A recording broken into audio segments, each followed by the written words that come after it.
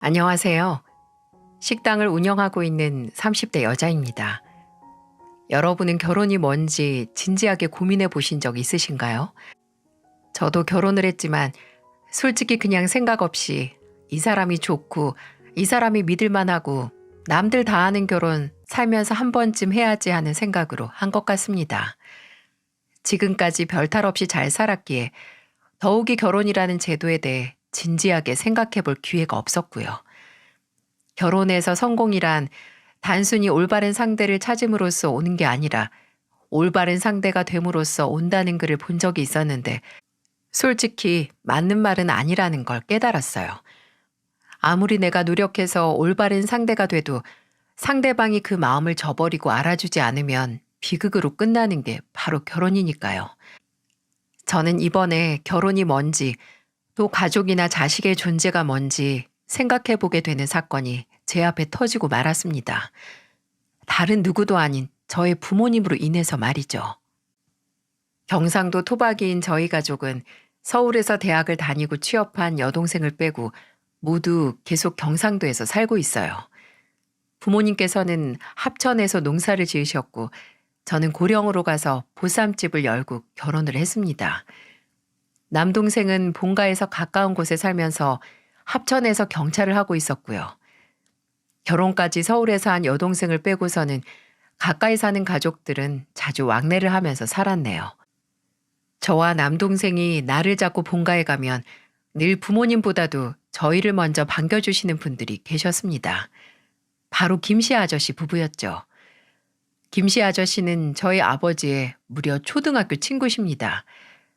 같은 동네에서 나고 자라 형제처럼 큰 두 분은 나중에는 부부끼리 친구가 되고 태어난 자식들도 친구가 되었죠. 멀리 사는 사촌들보다도 김씨 아저씨 내외를 많이 보고 자란 저희는 김씨 아저씨뿐만 아니라 김씨 아저씨 아내분께 늘 이모라고 부르며 잘 따랐습니다. 어렸을 때는 김씨 아저씨의 아내이니까 아무 생각 없이 똑같이 김씨 이모라고 불렀거든요. 그랬더니 이모가 이러시는 거예요. 야, 아들이 와 나는 김씨라고 부르노? 나는 안신디. 어린애들이 그저 김씨 아저씨랑 세트로 김씨 이모라고 부른 거죠. 이후로는 그냥 이모라고 불렀지만 막내였던 여동생은 떡이모라고 부르기도 했어요. 방앗간을 했던 이모는 늘 저희 집에 올 때 마악한 떡을 가져오셨거든요. 본가에 가면 아버지나 어머니 목소리보다는 김씨 아저씨의 목소리가 먼저 들렸습니다. 아이고 우리 딸내미랑 아들내미 왔네. 야 우리 선정이 와 이리 삐쩍꼬랐노. 김씨 아저씨 와 계셨네요. 이제 이 집이 우리 집인지 김씨 아저씨 집인지 헷갈려요. 그래 내가 이 집 안방까지 꿰찰라고 그란다. 아이고 마 헛소리 말고 저 가서 양동이나 쌓아놔요. 선정아 잘 왔다. 뭐 묻나?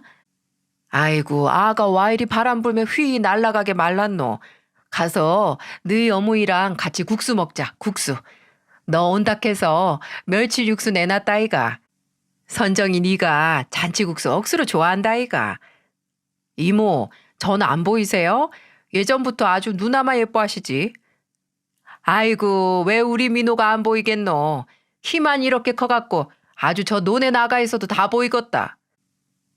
가까이 살면서 심심하면 건너와서 점심 같이 먹고 안 심심해도 뭐 하나 생기면 같이 먹자고 건너와서 저녁 먹는 사이인 저희 부모님과 김씨 아저씨 부부는 어디가 누구 집인지 이제 신경도 안 쓰일 정도로 허물없고 가까운 사이였어요.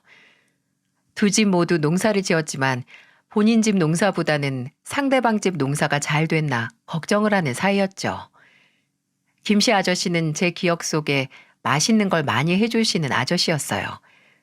어렸을 때 여름만 되면 연례 행사처럼 가까운 계곡으로 두 가족이 나란히 놀러 갔었는데 그럴 때마다 아저씨 손에서는 집게와 가위가 떨어지지 않았거든요. 장어도 구워주시고 고기도 구워주시고 저희 배가 터질 만큼 빵빵해진 걸 보셔야 본인 입에 고기를 넣기 시작하셨고요. 신기한 게 평소 술을 안 좋아하셔서 입에도 안 되는 저희 아버지는 꼭 김씨 아저씨만 계시면 술을 드셨어요. 김씨 아저씨 앞에서는 술 한 잔 걸치고 풀어진 모습을 보여주셨죠. 제가 왜 매번 김씨 아저씨랑만 술을 드시냐고 물으니까 아버지는 이렇게 대답하셨어요. 내가 마음이 편해서 그런다 아이가. 마누라랑 아들 앞에서 안 보여주고 싶은 모습은 김순천이 앞에서는 마음 편히 보여줄 수 있다. 저는 그 말을 듣고 아, 이게 무뚝뚝한 경상도 사나이들의 우정인가 이런 생각을 했었습니다. 김씨 아저씨 가족과는 기쁨뿐만 아니라 슬픔 또한 나눴어요. 김씨 아저씨는 저희 할머니가 돌아가셨을 때 3일 내내 장례식장에서 저희 아버지 옆을 지켰습니다. 장례식 내내 눈물을 삼키던 아버지께서는 김씨 아저씨 어깨에 기대 눈물을 보이시기도 했어요. 또 이모께서는 정신이 없는 저희 어머니를 대신해서 저희 남매를 챙기셨고요. 저 같은 경우에는 김씨 아저씨보다는 이모에 관련된 기억이 더 많은데요. 아마 이모가 저를 정말 예뻐하셨기 때문이었을 거예요. 제 생각엔 친한 친구의 큰딸이라서 더 그랬나 봐요. 왜 첫 조카가 제일 예쁘고 애틋하다고 하잖아요. 이모는 정말 저를 친조카 정도로 생각하신 거죠. 저도 어려서부터 예쁨 받고 자란 기억이 새록새록 남아있어서 본가 가는 길이면 늘 이모 방앗간으로 먼저 가서 얼굴 도장도 찍었고요. 이모가 좋아하는 탁주도 한 병씩 사가고 가게에서 보쌈도 포장해서 가져다 드리곤 했습니다. 이모 방앗간을 나설 때면 아버지가 좋아하는 찹쌀 시루떡 사서 본가로 갔어요. 그때마다 제가 떡값을 내려고 하면 이모는 늘 손에 쥐고 있는 부채를 살살 흔들면서 이렇게 말씀하셨어요. 야야, 내가 그 돈을 와봤노? 치아라. 내가 네 두대기 갈면서 키웠는데 니한테 이 돈을 받겠나? 아유 그냥 가라, 그냥 가. 네가 갖고 온 고기랑 퉁칠라니까. 저는 이런 이모 덕분에 살던 동네를 벗어나기 전까지는 떡을 돈 주고 사 먹어본 기억이 전혀 없네요. 지금은 드세고 억센 이모지만 제가 어렸을 때 기억하는 이모는 항상 조용하고 나긋나긋한 분이었어요. 거기엔 또 슬픈 사연이 있죠. 김씨 아저씨와 이모 사이에는 아들과 딸 이렇게 자식이 둘이었는데 그중 큰아들이 저와 같은 나이였거든요. 저보다 꼭 3개월 후에 태어난 아들은 학교에서 공부도 잘하고 참 착했어요. 성인 되고 바로 공장에 취업해서 나가 살았는데 20대 후반 참 아까운 나이에 사고로 그만 세상을 뜨게 됐습니다. 음주운전 운전자 차량에 치여 그 자리에서 바로 직사했죠. 자식을 먼저 보낸 부모의 모습을 본 적이 있으신가요? 앞에서 차마 숨소리도 못 낸답니다. 위로의 말은 아예 하지도 못하고요. 큰아들의 장례식에서 이모는 3번 정도 혼절을 하셨고 이후로는 그 나긋하고 조용한 모습은 아들과 함께 땅에 묻어버리셨어요. 억울하게 떠난 자식에 대한 슬픔으로 세상에 대한 불만과 원망이 많아져서 이리저리 시비도 참 많이 거셔서 싸움도 많이 났네요. 사정을 알기도 했고 또 원래 동네에서 평판이 좋았었기에 동네 사람들은 그저 자식 떠나보낸 양반이니까 쉬쉬하고 넘어가기만 했었죠. 그 후로 동네 싸움 딱이 된 이모지만 저희한테만큼은 늘 다정하셨어요. 또 저를 더 애틋하게 여긴 게 먼저 떠난 아들과 같은 나이여서는 아닌가 싶습니다. 늘 그런 이모를 저희 가족은 안쓰럽게 생각했어요. 특히나 이모가 저희 어머니를 부러워할 때면 더 마음이 좋지 않았죠. 예, 선정아. 너 엄마는 어쩜 그리 아들을 잘 키웠노? 내는 네 엄마가 부러워 죽겠다. 큰딸은 요렇게럼 예뻐서 식당 사장님이제. 민호 금마는 경찰이제. 특히 희정이 가가 진짜 잘 컸다 아이가. 거기 어디고 서울 명문대 들어가가 그 힘든 대기업에도 다니고 의사 양반 만나서 잘 살고 있고 참말로 부러워 죽겠다 내가. 에이 이모는 혜숙이가 들으면 서운해하겠다. 혜숙이가 이모한테 얼마나 잘해요. 꽤 유명한 회사도 다니고 있잖아요. 회사 다니면 뭐하노? 타지 같다고 잘 오지도 않은 가스나 무가 이쁘다고. 혜숙이가 늘 저한테 연락해요. 가까이 있으니까 잘 좀 챙겨달라고 본인 몫까지. 혜숙이가 이모를 얼마나 생각 많이 하는데요. 하나 남은 딸이 멀리 살아서 늘 적적해하던 이모 옆은 저와 제 남동생이 채워줬어요. 김씨 아저씨와 이모가 저희에게 잘해주시는 만큼 저희도 또 다른 자식들처럼 살뜰히 모셨죠. 이렇게 두 가족들 서로 모르는 구석 하나 없는 김씨 아저씨와 저희 집은 몇십 년의 인연을 계속 유지해오고 있었어요. 집안에 숟가락이 몇 개고 젓가락이 몇 개인지 죄다 꿰차고 있을 정도였으니까요.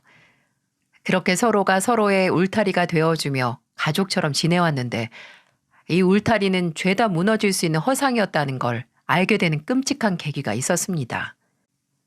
아버지의 경운기 사고로 세상을 떠나시면서 모든 사실이 수면으로 올라오기 시작했어요.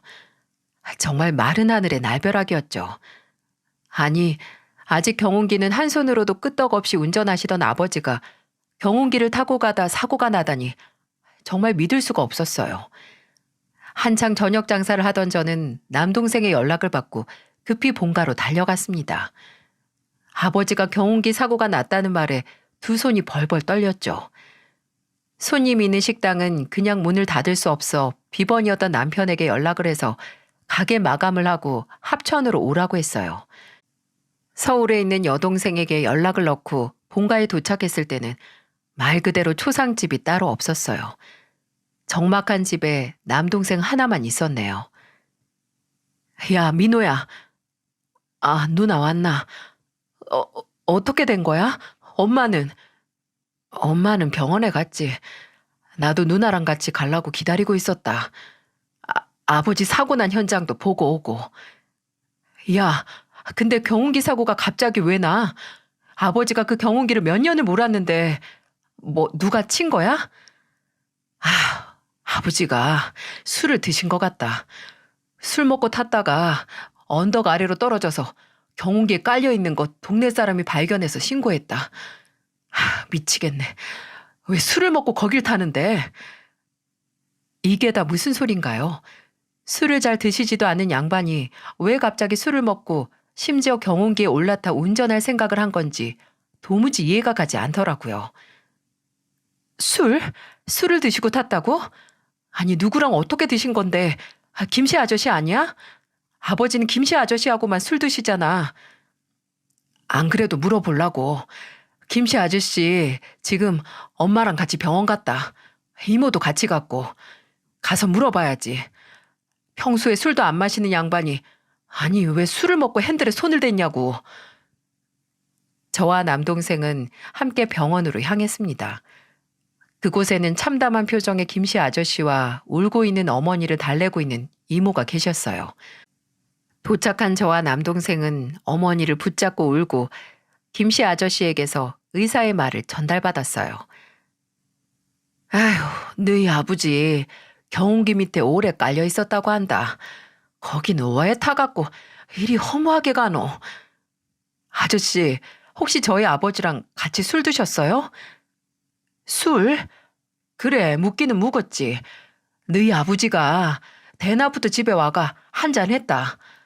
그런데 취할 정도도 아니고 진짜 입술만 딱 담근 정도인데 어서 더 먹고 탔는지 내가 알 리가 있나. 아저씨 댁에 가셨을 때 경운기를 타고 가신 거예요? 아니다. 거서 여기까지 얼마나 걸린다고. 그냥 걸어왔던 것 같은데. 저는 아버지의 급작스런 죽음에도 계속 머릿속을 맴도는 의문을 떨칠 수가 없었어요. 엄마, 그럼 아버지가 집으로 돌아오셔서 경운기를 끌고 나가신 거예요? 아이고, 나도 모른다. 그 양반 언제 들어왔다 나갔는지 집 안으로는 들어오지도 않고 그냥 끌고 나간 것 같은데 내는 그때 뒤뜰에 나가 있어서 소리도 못 들었다. 어머니는 눈물이 가득한 얼굴로 아버지의 마지막 모습을 더듬어 기억해 보셨지만 제대로 기억하지도 못하셨어요. 어머니는 끝내 울다가 기력이 다 떨어지셨는지 제대로 거동도 못하셨고요. 선정아, 너그 엄마 이대로는 안 되겠다. 내가 집에 데리고 가서 좀에 쉬게 할 테니까 너희들이 여기서 아버지 옆 좀 지켜라. 이모는 어머니를 모시고 잠시 본가로 내려가셨어요. 장례식 절차 전에 먼저 쉬고 오는 게 낫다고 판단을 하신 거죠. 그렇게 병원에는 저와 남동생 김씨 아저씨만 남게 됐습니다. 김씨 아저씨는 저희 조부모님이 계신 산소를 얘기하시며 아버지도 거기 모셔야겠다는 말을 하셨어요. 남동생은 일단 의사에게 아버지가 입고 계셨던 옷까지라도 받아와야겠다고 했습니다. 몇 시간 후에 여동생이 서울에서 내려왔네요. 애가 얼굴이 새하얗게 질려서 제 얼굴을 보자마자 무릎을 꿇고 울기 시작하더군요. 저희 자매는 그렇게 얼싸안고 한참을 울었어요. 지병도 아니고 예상치 못한 아버지의 죽음은 정말 실감이 안 날 정도로 너무나 충격적이었으니까요. 한참을 울다가 진정이 돼서 대기했다가 아버지의 사망 진단서를 발급받았네요. 저와 동생은 진단서를 나눠 손에 들고 앞으로 어떻게 할지 의논을 했습니다. 언니, 아버지는 그럼 할아버지랑 할머니 계시는 선산에 모시면 되나? 그건 먼저 연락을 해야 하는 거지. 아침에 군청에 연락해야지. 엄마는 어떻게 하시나? 농사 젓고 우리 집에서 같이 살자고 하면 들으시려나? 언니가 모시고 살게? 그럼 형부는? 이건 예전에 얘기 끝났어. 둘 중에 한 분 돌아가시면 모시고 오기로. 집도 가까우니까. 그렇다고 너나 민호가 모시고 살 수는 없잖아. 민호걔는 아직 결혼도 안 했고 너는 너무 멀리 사니까. 난 상관없는데 엄마가 서울살이만 괜찮다고 하시면 우리 집 근처에 어머니 사실 아파트 하나 마련해드려도 되고. 너 의사 남편 두더니 어째 스케일이 커졌다? 뭔 소리래. 엄마랑 아버지 땅 팔면 그 돈으로 해드리려고 했는데? 우리 아버지 불쌍해서 어쩌냐. 아니 왜 안 하던 행동을 해서 이렇게 가셔. 남는 엄마도 불쌍해서 어떻게 하고. 언니, 내가 아버지 장례 끝나면 며칠 엄마 모시고 해외여행이나 다녀올까? 아버지 생각 안 나는 데서 바람 좀 쐬면 여러모로 도움되지 않을까 싶어서. 엄마가 가신다고만 하면 좋지. 저와 여동생이 이런저런 앞으로의 계획에 대해서 얘기를 하고 있을 때 저 멀리서 남동생의 목소리가 들렸습니다. 누나! 누나! 저는 갑자기 저를 부르는 큰 목소리에 깜짝 놀랐죠. 야, 병원에서 왜 큰 소리야? 근데 너 얼굴이 왜 그래? 뭐야, 오빠, 누가 쫓아와? 다 큰 놈이 병원에서 뛰고 큰 소리 내서 잔소리 좀 하려는데 그냥 입이 꾹 다물어졌어요. 왜냐하면 여동생과 제 앞으로 다가오는 남동생의 얼굴이 새파랗게 질려 있었거든요. 아니 분명 새파랗게 질려 있다가 갑자기 제 손으로 머리카락을 벅벅 긁어 넘기면서 붉어지기도 하고 얘가 아버지 죽음에 큰 충격을 받아 제정신이 아닌 건가 싶었습니다. 그리고 계속해서 입을 달싹거리면서 뭔가 할 말이 있는 것처럼 구는데 속이 답답해져서 남동생에게 대체 왜 그러는지 물었어요. 뭔데? 너 왜 그러는데? 얼른 말해봐. 내가 정말 미치겠다, 미치겠어. 이게 무슨 일이고? 사람 답답하게 만들지 말고 빨리 말해. 무슨 일인데? 여동생이 답답해서 빽 소리를 지르자 남동생은 그제야 들고 있는 쇼핑백에서 뭔가를 꺼내더군요. 그거 아버지 옷이야? 사고 나셨을 때 입고 계셨던? 남동생이 쇼핑백에서 아버지의 옷이라도 꺼내나 싶었는데 제게 뭔가 건네는 남동생의 손에는 옷이 아닌 다른 게 들려있더군요. 바로 수첩이었어요. 아버지가 늘 가지고 다니시던 작은 검정색 가죽 수첩 말이죠. 이거 아버지 수첩이잖아. 이거 어디 있었어? 아버지가 가지고 계셨던 거야? 아버지 조끼 아가슴 주머니에 있더라. 근데 누나 한번 읽어봐라. 내가 말을 못하겠다. 대체 뭔데 그러는데 이게 뭐야? 답답하게 구는 남동생에게서 수첩을 가져온 저는 아버지의 손때가 묻은 낡은 수첩을 펼쳐보았습니다. 앞에 몇 장은 아버지 농사와 관련된 메모가 몇 개 있었고 그 다음부터는 아버지가 쓴 일기가 있었죠.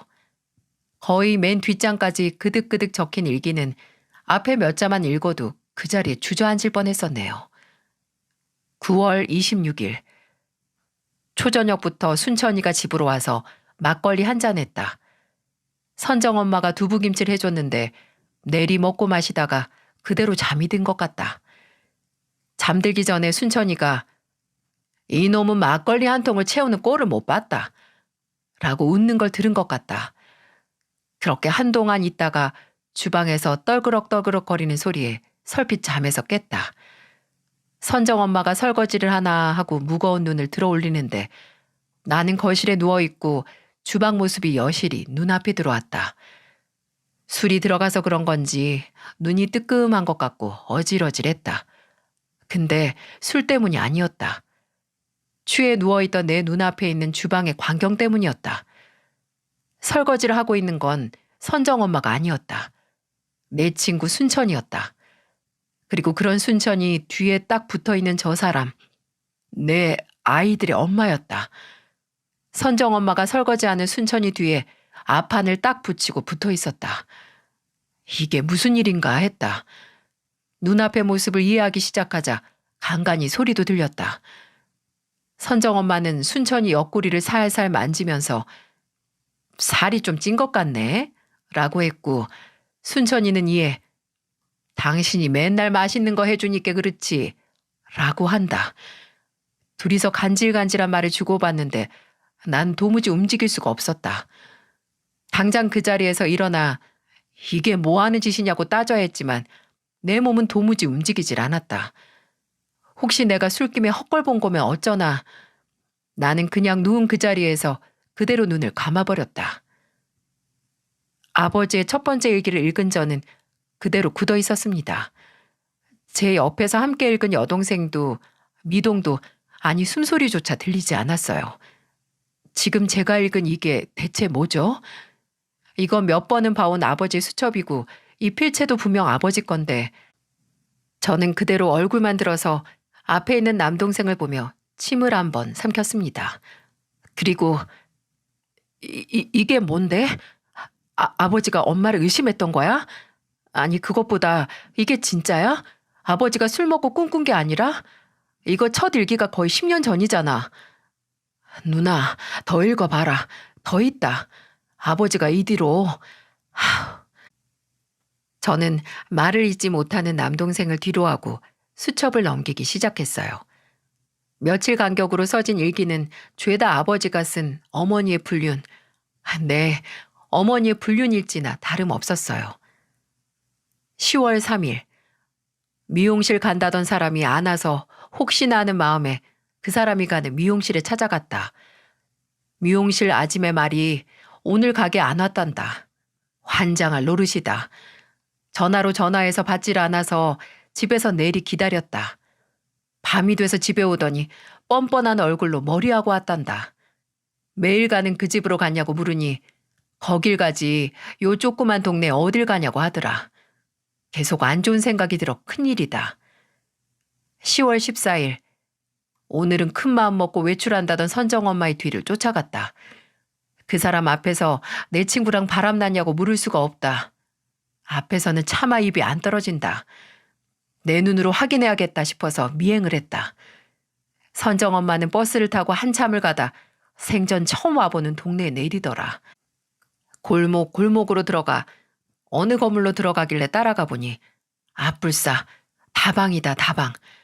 친구 모임을 이렇게 으슥한 다방에서 하나 이런 생각을 하고 있는데 선정 엄마가 나비처럼 하늘하늘 날아가 앉는 곳은 먼저 와서 기다리고 있던 내 친구 순천이의 옆자리였다.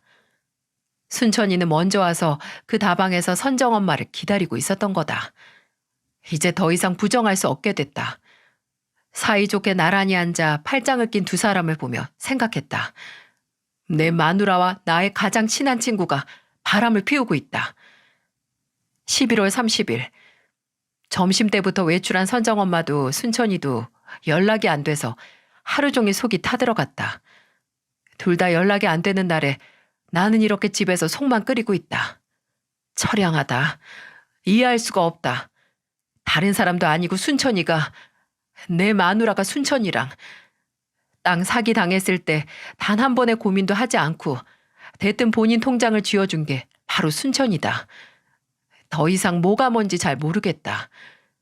지금까지 내가 살아오면서 얻은 보물 2개가 있다면 가족과 친구뿐인데 그 2개가 나란히 흔들고 있는 것 같다. 몇 십, 몇백 개 일기 앞에서 저는 뭐라고 형용할 수 없는 감정이었어요. 아버지의 착각이 아닐까, 아버지가 뭔가 잘못 알았겠지 하는 생각과 동시에 우리 어머니가 이런 걸 보고 혼자만 속 썩였을 아버지를 생각하니 당장 가슴이 미어지기도 하더라고요. 그리고 더 미칠 노릇은 저희 아버지께서 위암으로 투병 중이었을 때 쓰인 일기도 있다는 겁니다. 6월 3일, 위암 판정을 받았다. 속이 타들어가던 게 선정엄마의 바람 때문이 아니라 암세포 때문이었을까? 일찍이 가서 발견해 천만 다행이었다. 선정엄마는 당장 병원에 입원하자고 한다. 사람 붙여줄 테니 걱정 말라고. 내가 걱정하는 게 그게 아니라는 걸 이 사람은 알기나 할까? 내가 없는 틈에 순천이 그 자식과 아예 살림을 차리는 건 아닌지 걱정을 하고 있는데. 7월 21일 병원에만 있으면서 병원밥만 먹으니 입맛이 아주 뚝뚝 떨어진다. 그래서 선정엄마한테 연락을 해서 반찬 몇 개만 가져다 달라고 하니 본인은 바쁘다고 나중에 간다는 소리만 해댄다. 안 온 지가 일주일은 다 되어 가는데 오늘도 나중에 소리만 하니 속이 쓰리다. 내가 병원에 처박혀 있으니 그 사람 얼굴은 매일같이 반질반질해진다. 장애물 같은 남편이 알아서 비켜주니까 순천이랑 손뼉치며 놀고 있겠지. 매번 오는 선정이랑 민호 얼굴 보기가 점점 힘들어진다. 희정이 전화를 받아도 오래 얘기를 못하겠다. 애들 앞에서 웃기도 힘들고 이 몸으로 더 이상 비밀을 간직하고 있기도 버겁다. 그리고 거의 끝장에 있는 아버지의 메모에 저는 간신히 버티던 이성의 끈을 놓고 바닥에 주저앉았어요. 아버지는 흐릿한 글씨체로 이렇게 적어 놓으셨죠. 그 무엇보다 무서운 건 하나뿐인 아내를 잃는 것도 50년지기 친구를 잃는 것도 아니다. 그저 우리 아이들이 걱정이다. 애들이 아내 관수도 못한 무능한 아버지라고 생각할까. 그게 제일 두렵다. 가정도 못 지킨 애비 취급할까 봐 가장 무섭다. 뭐라 용기 내어 해결도 못하는 못난 애비라 아이들에게 너무 미안하다. 아버지의 글은 저를 주저앉혔어요. 아무 말도 못하는 저와 여동생에게 남동생은 주먹을 바르르 떨더니 또 쇼핑백에서 뭔가 꺼내 저희에게 넘겼어요. 그건 바로 액정이 다 나가 있는 아버지의 휴대폰이었죠. 이렇게 다 깨졌어도 켜지기는 켜진다. 나도 처음에는 믿고 싶지도 않았는데 이어 다 있더라. 아버지가 사진도 남겨놓으셨다. 주저앉아 있는 저를 대신해 여동생은 당장 바스라져도 이상할 것 없는 휴대폰을 건네받아 확인을 했습니다. 이윽고 여동생의 입에서는 기가 차다는 듯이 한숨이 새어나왔죠. 저는 이 모든 일을 당사자에게 들어야 한다고 생각을 했습니다. 당장 아버지 장례를 치러야 하는데 이런 억울한 일이 사실인지 여부를 알아야 했고, 사실이라면 어떻게 해서든 아버지가 묻히시기 전에 해명이나 사과를 들어야 한다는 생각밖에 없었어요. 희정아, 제부는 언제 와? 이제 출발한다고 하는데. 그럼 너랑 민우랑 같이 여기 있어봐. 장례 지도사 번호 내가 너한테 보낼게. 나는 엄마한테 가야겠어. 누나, 지금 가서 어쩔 건데? 어쩌긴 뭘 어째. 진짜인지 아닌지 들어야지. 아버지가 저렇게 누워 계시는데 땅에 들어가시기 전에 진실이 뭔지 아셔야 하는 거 아니야? 그럼 나랑 같이 가자. 희정아, 일단 혼자 있어봐라. 네 형부도 조금 있으면 올 거야. 알았어. 근데 언니, 아까 김씨 아저씨랑 같이 있었다고 하지 않았어? 그 아저씨한테도 물어봐야지. 몰라. 아까 전화 받는다고 하더니 아직도 안 와. 혹시 우리 갔을 때 다시 오면 넌 그냥 모른 척 하고 있어. 알았지? 그렇게 저와 남동생은 어머니가 계시는 본가로 향했습니다. 이제 아버지가 세상에 안 계시다는 것만으로도 감당이 안 되는데 어머니가 장장 10년 동안 저희를 속이고 김씨 아저씨와 바람을 폈고 또 그 사실을 혼자 끙끙 앓고 알았다는 아버지 고백까지 감당해야 했었죠. 믿어지시나요? 저와 남동생은 본가로 향하는 길에 차 안에서 한마디도 하지 않았습니다. 동생은 무슨 생각을 했을지 모르는데 저는 기억을 더듬었어요. 혹시 내가 눈치 못 챘을 어떤 낌새가 있었나 하고요. 기억이 나는 건 그저 몇 주 전부터 김씨 아저씨가 본가에 자주 안 오셨다는 것뿐이었어요. 매번 김씨 아저씨와 이모 나란히 저희 본가에 계셨는데 어느 순간 이모만 놀러 오셨거든요. 이모는 그저 그 양반 뭐가 바쁜지 매일 밭일도 내팽개치고 나돌아다닌다 이렇게만 말씀하셔서 별 생각하지 않았거든요. 설마 일과 관련이 돼 있을까 머리가 깨져라 생각을 했죠. 그렇게 한참 머리통을 쥐어짜는데 어느덧 저기 본가가 보이더라고요. 남동생은 주차를 하고 한동안 핸들을 잡고 놓지 못하더군요. 복잡한 표정으로 차에서 내리지도 않고 있는 모습을 한번 보고 저는 바로 차에서 내렸습니다. 이 말도 안 되는 일을 바로 잡아야 했으니까요. 제가 차에서 내려 마당을 가로질러 현관으로 가니 뒤이어 남동생이 차에서 내려 쫓아오는 소리가 들리더군요. 집은 거실에 등 하나만 켜져 있고 정막만이 감돌았어요. 저는 거침없이 집으로 들어가 어머니를 찾았죠. 근데 그때 주방 쪽에서 물 한 잔을 들고 나오는 어머니를 발견했고 어머니는 갑자기 나타난 저희들을 보고 화들짝 놀라시더군요. 아이고 깜짝이야. 너가 왜 여 있노? 병원에는 누가 있고? 희정이가 있어요. 근데 엄마, 우리가 할 말이 있는데 이모는요? 저희 집으로 건너갔지. 이따 같이 가자고 하고. 남동생은 제 눈치를 보며 기어 들어가는 말투로 말했고 어머니는 저희가 뭘 아는지 까맣게 모르는 얼굴로 이런저런 말을 하더군요. 저는 주머니 속에 든 아버지의 수첩을 한번 잡았다가 바로 어머니께 물었어요. 엄마, 혹시 바람 펴요? 뭐? 이게 무슨 소리고? 바람은 무슨 바람? 엄마, 지금 거짓말할 생각하지 마세요. 우리가 확실한 증거가 있어서 하는 소리예요. 근데 엄마 입으로 직접 들어야 할 것 같아서 그래. 제발 솔직하게 말해줘요. 엄마, 아버지 내버려 두고 다른 남자랑 바람 피웠어요? 얘는 이상한 소리 하지 마라. 내가 바람을 피우기는 뭘 바람을 피워. 아휴, 이제 와서 얘기하는 건데 네가 아버지 투병하고 나서 사람이 예민해져가 나한테 아주 의처증 마냥 굴었다 아이가. 내가 그래도 사람이 아팠으니까 하고 이해하고 넘어갔는데 니들이 그 인간 사고 나기 전에 무슨 말을 들었는지 몰라도 죄다 상상이다 상상. 아휴, 어떻게 아버지 돌아가신 날 이런 말 할 수가 있노?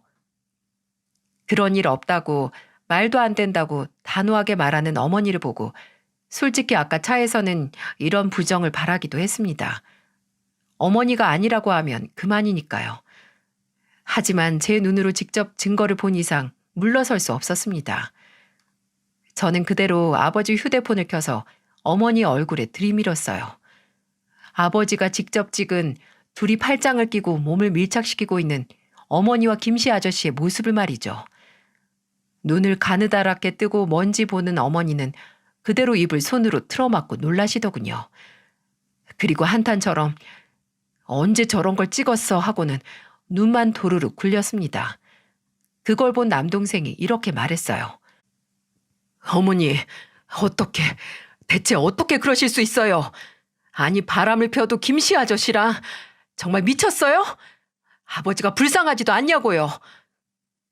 울분에 차 고함을 지른 남동생의 말에 어머니는 눈을 한번 질끈 감더니 꼭 다물고 있던 입을 열었어요. 내가 잘못했다. 나도 정말 너무 힘들어서 그랬다. 너희 아버지 암 걸리고 병원에 있을 때 그거 뒤치다거리 하느라고 몸도 마음도 이 엄마가 많이 지쳤어. 그때 도움 준 게 김씨 그 양반이다. 내가 무슨 힘이 있나. 힘들 때 옆에서 잘해주는 사람한테 마음이 조금 기울어지지. 근데 그게 다다. 진짜 잠깐 만나고 말았다. 참말이다. 저는 그렇게 말하는 어머니 앞에 이번에는 아버지의 수첩을 들어보이며 이렇게 말했어요. 진짜 엄마 끝까지 거짓말이네요. 여기까지 와서 우리한테 어쩜 이러실 수 있어요? 엄마, 김씨 아저씨랑 만난 지 거의 10년이 다 돼가잖아요. 아버지 위안 판정받기 훨씬 전에. 아버지 일기에 다 있어요. 그리고 여기 사진 찍힌 날짜도 한 달 전 것도 있어요. 한 달 전. 어머니, 너무하신 거 아니에요? 아버지가 어머니한테 뭘 못했어요. 친구라곤 하나밖에 없고 술도 안 좋아하는 양반이 늘 가족들하고 붙어서 가족들만 보고 살았는데 근데 그 하나뿐인 친구랑 바람이 나요? 너희는 이 문제를 지금 이렇게 꺼내야겠나? 아버지 돌아가신 날? 이 애미가 얼마나 힘들지 생각도 안 하고 그저 니들 술 먹고 사고 내서 죽은 아버지만 불쌍하다 이거가. 남동생과 제가 한 번에 몰아붙이자 이제 변명할 생각도 하지 않으시는지 눈에 핏발을 세우고 소리를 지르는 어머니. 정말 기함을 했습니다. 이제 아버지도 안 계시니 걸릴 것도 없다는 생각이었을까요? 저는 어머니의 마지막 말을 듣고 넌지시 물었습니다. 엄마, 아버지 술 먹고 경운기 끌고 나가는 거 봤어요? 못 봤어요? 엄마랑 바람난 김씨 아저씨랑 술 마시고 경운기 끌고 나갔는데 그거 봤냐고요? 못 봤냐고요? 제 물음의 집안은 한순간의 정막만 감돌았습니다. 남동생은 숨죽여 어머니의 대답을 기다렸고 어머니는 21번 꼴딱 삼키더니 메마른 입술을 열었죠. 못 봤어. 그 양반 집에 들어온 건 봤는데 난 술 마신지 몰랐다. 술 냄새도 안 났고 얼굴도 멀쩡해 보였다니까. 그냥 나 한번 빤히 보더니 그대로 나가는데 내가 그걸 어떻게 아노? 머리가 띵 하고 울렸습니다. 본인의 아내와 바람난 친구와 술을 먹고 집에 와서 바람난 아내를 한 번 보고 나간 아버지의 마음이 이루 말할 수 없을 정도로 제게 밀려 들어오는 기분이었어요. 그 절망감과 비참함, 저는 참지 못하고 어머니에게 소리를 질렀어요. 어머니가 아버지 죽인 거예요. 어머니가 그 인간이랑 바람만 안 났어도 우리 아버지 그렇게 허무하게 가진 않았어. 이제 우린 고아나 마찬가지예요. 하나뿐인 아버지 그렇게 가시고 10년간 가족들 속여가며 딴 남자 만난 어머니는 없는 걸로 할 테니까. 선정아, 내 이름 부르지도 마. 그리고 어머니, 아니 당신이랑 그 인간 둘 다 우리 아버지 장례식에 얼굴 비칠 생각도 하지 마. 오면 바로 내가 세상에 있는 창피란 창피는 다 주고 쫓아낼 테니까. 일말의 염치가 남았으면 그 꼴도 보기 싫은 더러운 낯짝 보이지도 마. 알아들어? 저는 그대로 집을 나왔습니다. 남동생도 바로 저를 쫓아나와 운전대를 잡았죠. 저희는 바로 병원으로 향했고 저희 둘의 마음은 갈기갈기 찢겨 있었어요. 그저 혼자 외롭게 타들어간 속이 아물 새도 없이 눈 감고 있는 아버지 생각만 났네요. 병원에 도착하자 제 남편과 제부 그리고 장례 지도사가 와 있었어요. 저희는 바로 아버지의 장례식을 시작했습니다. 조용히 무슨 일이 있었냐 묻는 여동생에게 남동생은 아버지 일기에 나온 게 모두 진실이고 앞으로 어머니를 없는 사람 취급할 거라고 했죠. 여동생은 그 말을 듣고 참담한 표정으로 고개를 끄덕였어요. 새벽에 장례식은 시작됐습니다. 친지들에게 연락을 돌리고 빈소를 마련하면서 내내 끔찍한 두통에 시달렸어요. 그 새벽에 먼 곳까지 오는 사람들은 가까이 사는 친지들과 동네 사람들이 전부였죠. 빈소를 방문한 조문객들은 하나같이 저의 어머니를 찾더라고요. 그도 그럴 것이 사이가 소원한 것도 아닌 부부가 배우자의 장례식 자리를 지키고 있지 않으니 이상해 보이긴 했을 거예요. 저희 셋은 그 물음에 아무 말도 하지 않고 그저 말을 돌릴 뿐이었습니다. 그때는 어머니에 대한 얘기는 전혀 입에 담고 싶지 않았어요. 그렇게 점점 시간이 가면서 빈소 조문객이 늘어나기 시작했어요. 온 동네 사람이 다 모인 것 같았죠. 새삼 저희 아버지가 얼마나 괜찮은 분이셨는지 실감하게 됐었네요. 근데 끝까지 그런 취급을 받고 혼자 그런 아픔을 감춘 상태에서 가시다니 정말 아버지 영정사진을 바라보지 못하겠더라고요. 빈소가 사람으로 반쯤 차갈 때쯤 저를 다급하게 부르는 남동생의 목소리가 들렸습니다. 누나, 저기. 육개장을 퍼담다가 남동생이 턱짓을 한 곳으로 눈을 돌리니 그곳에는 다시는 보고 싶지 않은 인간 2명이 떡하니 신발장 앞에 서 있더군요. 바로 어머니와 김씨 아저씨, 그리고 이모와 이모딸 혜숙이까지 4명이 나란히 들어오는데 제 눈에는 그저 그 2명, 어머니와 김씨 아저씨 2명만 들어왔어요. 제가 그 2명에게서 눈을 떼지 못하고 있으니 남동생은 귓가에 대고 작게 물었습니다. 어쩔 거야? 어쩌긴 뭘 어째, 쫓아내야지. 저는 손에 육개장이 묻은 국자를 든 채로 빈소 입구로 향했어요. 어머니는 왜 이제 오냐고 다가와서 묻는 친척들과 동네 사람들에게 뭐라 말을 하고 있었죠. 저는 그대로 나란히 서 있는 김씨 아저씨와 어머니 사이로 제가 든 국자를 던졌습니다. 엄마야, 이게 뭐고? 선정아, 이게 뭐 하는 기고? 언니. 제가 던진 국자 때문에 한순간 장례식장은 고요해졌습니다. 그대로 바닥에 떨어진 국자만 요란한 소리를 낼 뿐이었죠. 저는 제게 뭐 하는 짓이냐고 묻는 어른들 말에 대꾸도 하지 않고 그 둘만 쳐다보면서 말했어요. 여기가 어디라고 와요? 내가 분명히 오지 말라고 했지. 제 고함에 어머니는 한순간에 사색이 됐고 뭔가 어머니에게 들은 건지 김씨 아저씨는 놀랐다기보다 당혹스러운 낯빛을 하고 있더군요. 그저 옆에 있던 이모와 혜숙이가 당황해서 저를 말릴 뿐이었어요. 야, 선정아, 너 지금 뭐 하는 거야? 선정아, 네 지금 뭐 하는 기고? 무슨 일인데? 술렁거리는 장례식장에서 저는 그저 김씨 아저씨와 어머니를 번갈아 가면서 보고 물었습니다. 내가 말해요? 내가 지금 왜 이러는지? 선정아, 일단 들어가자. 들어가서 얘기하자. 저를 달래면서 빈소 안으로 들어오려는 김씨 아저씨를 보고 저는 몸을 던져 입구를 막았습니다. 옆에 있던 남동생도 그런 김씨 아저씨를 제지하고 여동생도 곧 제 뒤로 따라왔죠. 들어가긴 어딜 들어가. 불쌍한 우리 아버지 속여먹고 둘이 붙어먹은 인간들이 감히 우리 아버지 마지막 길을 같이 배웅하려고 해? 아버지가 누구 때문에 죽었는데. 다 당신 둘이서 바람나서 그런 거 아니야? 날카로운 저의 목소리에 장례식장은 한순간에 아수라장이 됐습니다.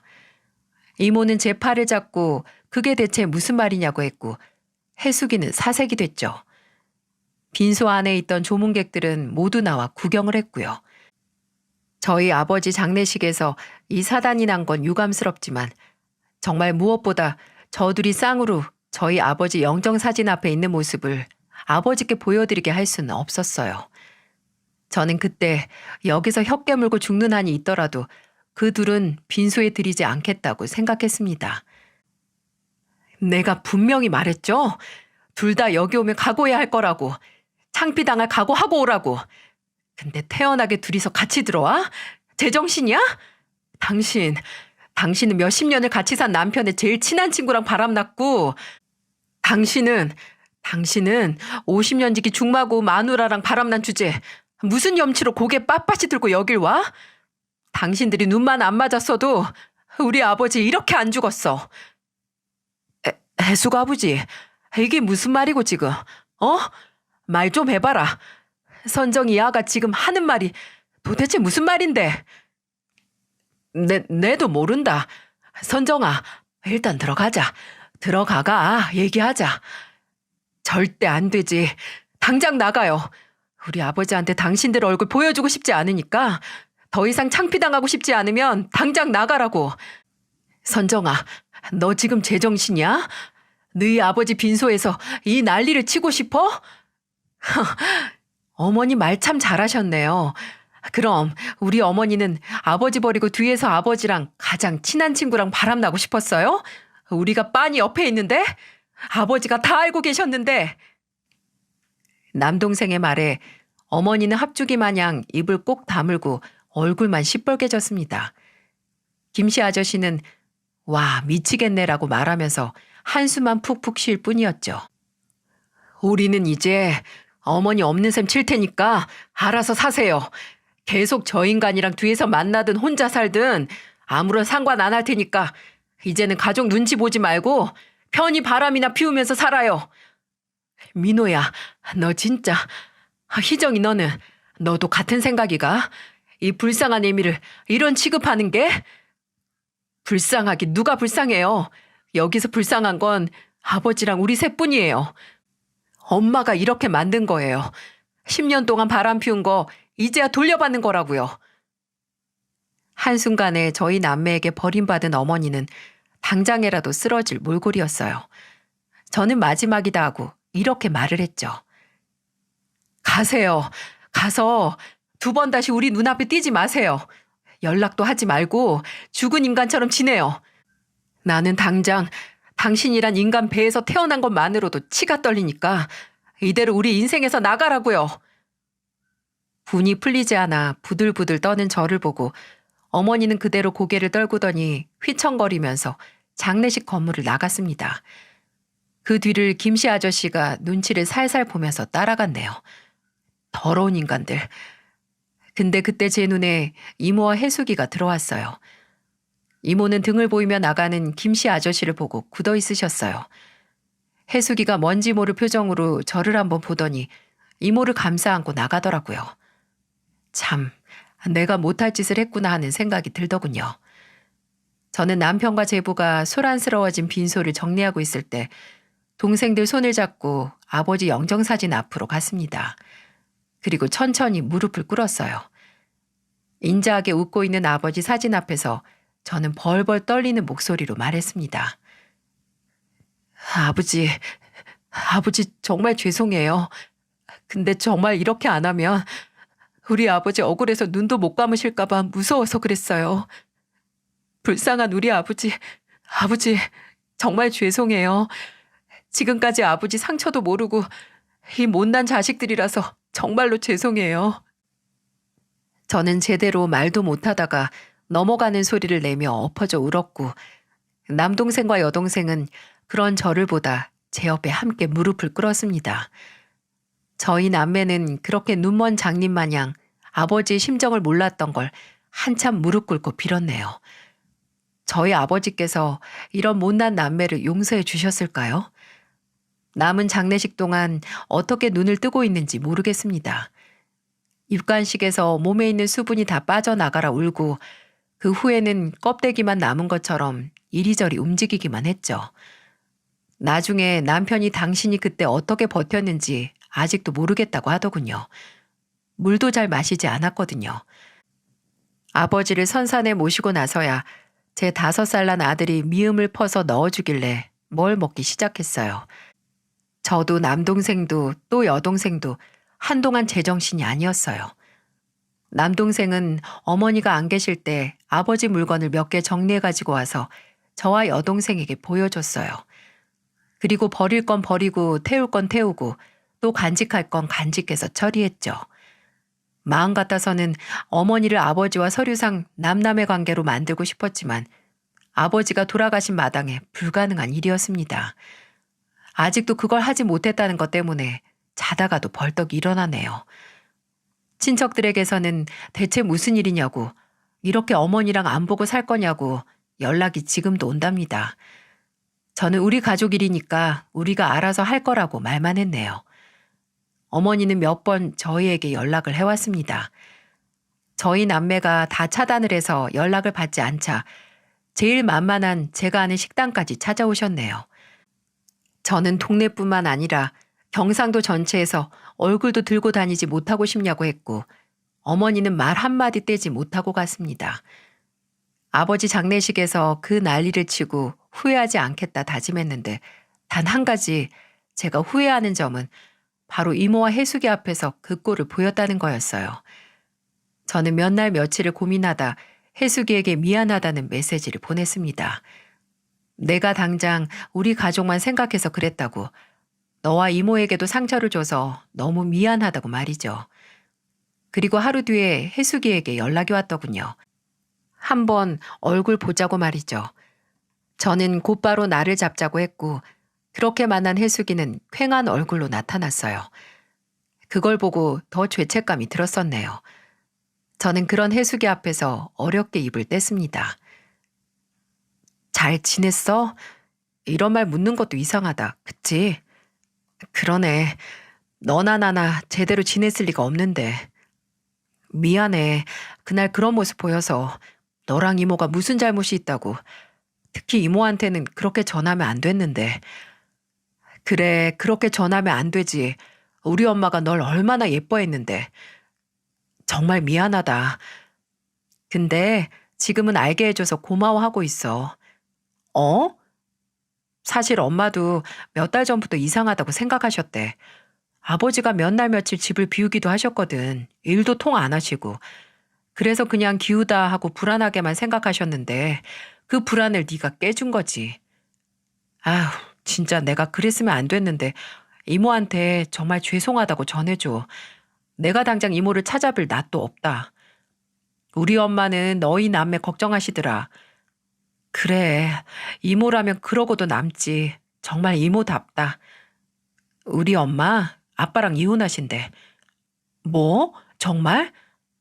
어, 내가 설득하긴 했지만 뭐 마지막 결정은 엄마가 하셨지. 아버지는 울고불고 매달리는데 어머니가 이제 완강하셔. 야, 그래도 좋겠다. 우린 이제 부모님 이혼시키고 싶어도 못하는데. 그것도 그렇네. 아휴, 진짜 어쩌다가 이렇게 됐을까? 그러게, 어쩌다가 이 지경까지 왔네. 너희 가족하고는 늘 좋은 기억뿐이었는데. 나중에 혜숙이에게 듣기로는 김씨 아저씨와 저희 어머니하고는 완전 끝난 것 같다고 하더라고요. 김씨 아저씨가 정말 끝났다고 제발 용서해달라고 하면서 이혼 과정 내내 끝까지 매달렸다고 하니까요. 왜 가정을 파탄내는 불륜 당사자들이 그 유난을 떨면서 만났다가 영원히 둘이 행복하게 사는 결말을 본 적이 없을까요? 그저 지들 가정만 다 망가뜨려 놓고 지들도 돌아서잖아요. 그리 애절한 세계의 사랑이면 끝까지 가던가요. 여동생은 변호사를 선임해서 아버지 땅과 재산도 어머니에게서 죄다 뺏어오자고 합니다. 근데 그 재산이라는 것도 제가 알기론 얼마 되지도 않고 땅도 혼자 농사를 짓지 못한 어머니가 팔아야 할 땅이니까 그냥 내버려 두자고 했어요. 이혼한 사이도 아닌데 그 재산을 다 가져오기도 힘들다고 했는데 여동생은 어떻게 해서든 가져오자고 이를 부득부득 갈았죠. 근데 앞으로 자식 3명한테 아무런 도움도 못 받고 살 건데 그 정도 재산은 있어야 살지 않겠어요? 여동생은 끝까지 우겼지만 저와 남동생이 반대해서 끝내 포기했네요. 어쩔 때는 참 저보다 독한 애 같아요. 또 혜숙이에게 전해 듣기로는 어머니와 김씨 아저씨 둘 다 얼굴을 들고 다니지 못한다고 합니다. 김씨 아저씨는 이혼을 하고 그 지역 생활을 아예 정리한다고 해요. 그도 그럴 것이 저희 아버지 장례식 후에 최소 몇 주간은 어머니와 김씨 아저씨의 불륜 사실이 그 동네 뜨거운 감자였거든요. 예민한 문제이긴 한데 여기저기 그 얘기를 안 하는 사람이 없는 수준이었으니까요. 동네 아이들까지 알고 있으니 말 다 했죠. 그래서 그런지 남동생은 발령만 바라보고 있네요. 아무래도 어머니와 같은 동네에 또 같은 지역에 경찰로 있으니 불편한가 봅니다. 이사할 집을 알아보고 있다는데 발령이 언제 날지 알 수 없어 답답하다고 합니다. 다른 지역에 살고 있는 저와 여동생보다는 남동생이 고생을 했을 거예요. 근데 후회는 없다고 본인 입으로 말하네요. 이렇게 손가락질 받고 입에 오르내리는 게 아버지가 끝까지 억울하게 눈 감으시는 것보다는 낫다고요. 그렇게 아버지가 돌아가시고 어머니라는 인간과 연을 끊은 지 몇 달은 흘렀는데 아직도 그렇게 바라는 아버지 꿈을 꾸지도 못하고 모르는 번호로 종종 전화가 오고 있어요. 꿈에서 아버지를 만나면 꼭 죄송하다고 말씀을 드리고 싶은데 왜 나타나 주지 않으시는 걸까요? 혹시 장례식에서 그런 걸 보였다고 저를 벌 주시는 걸까요? 그런 거라면 달게 받고 끝까지 기다려야겠죠. 아버지가 저를 용서해 주실 때까지 말이죠.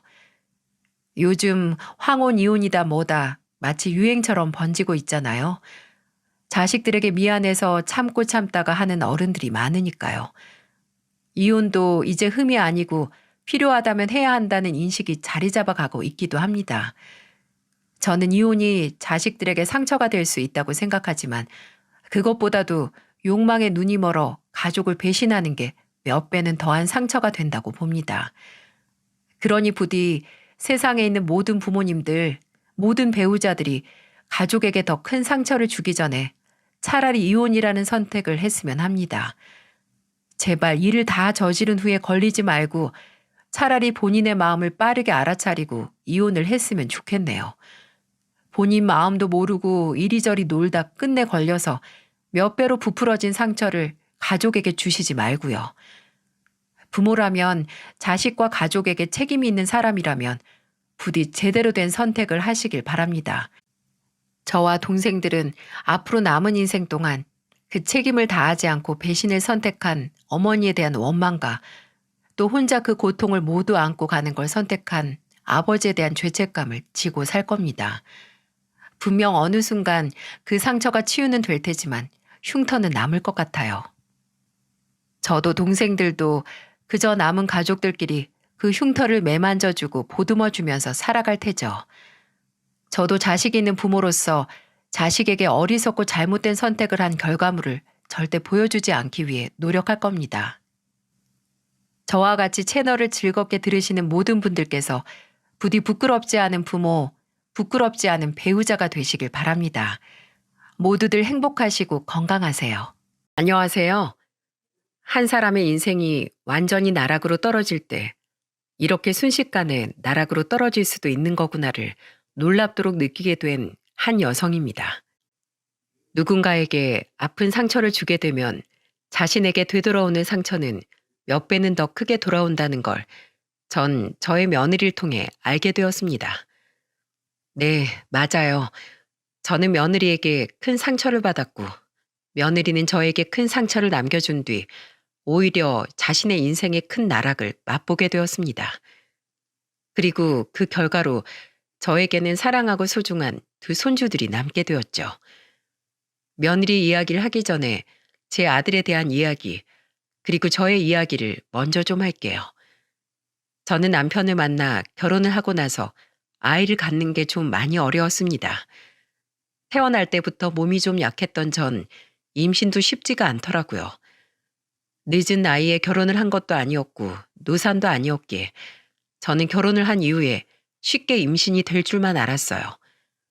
하지만 그건 저의 큰 착각이었습니다. 결혼 후에 저희 부부 모두 빨리 아이를 낳고 싶었기에 임신 계획을 잘 세워 아이를 갖고자 했지만 저희 마음처럼 한 생명이 우리에게로 찾아오는 건 쉬운 일이 아니었죠. 그러다 어렵게 임신을 하게 되었고 저는 뱃속에 품게 된 아이를 위해서 정성스럽게 태교를 하고 열심히 아이를 낳을 준비를 하고 있었습니다. 하지만 거의 막달이 되어 아이는 유산되고 말았고 그때 그 좌절감은 이루 말할 수 없이 컸습니다. 어렵고 힘들게 찾아와 준 아이가 또 이렇게 허무하게 빛을 보지 못한 채 떠나버리고 나니 모든 의욕이 다 사라졌어요. 그래서 그 뒤로는 아이를 또 낳을 생각도 하지 않고 그냥 이대로 남편하고만 살 생각만 가지고 우울하게 지냈죠.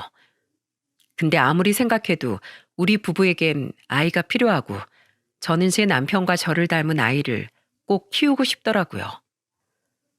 그래서 다시 한번 용기를 내서 임신을 시도했습니다.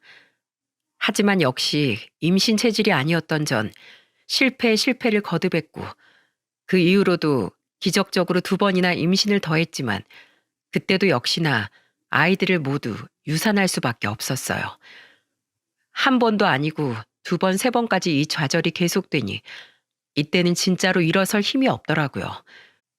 내가 과연 임신이라는 걸 할 순 있는 걸까? 내 남편과 날 닮은 자녀를 낳을 순 있는 걸까 싶어 모든 희망이 다 사라지는 듯 했죠.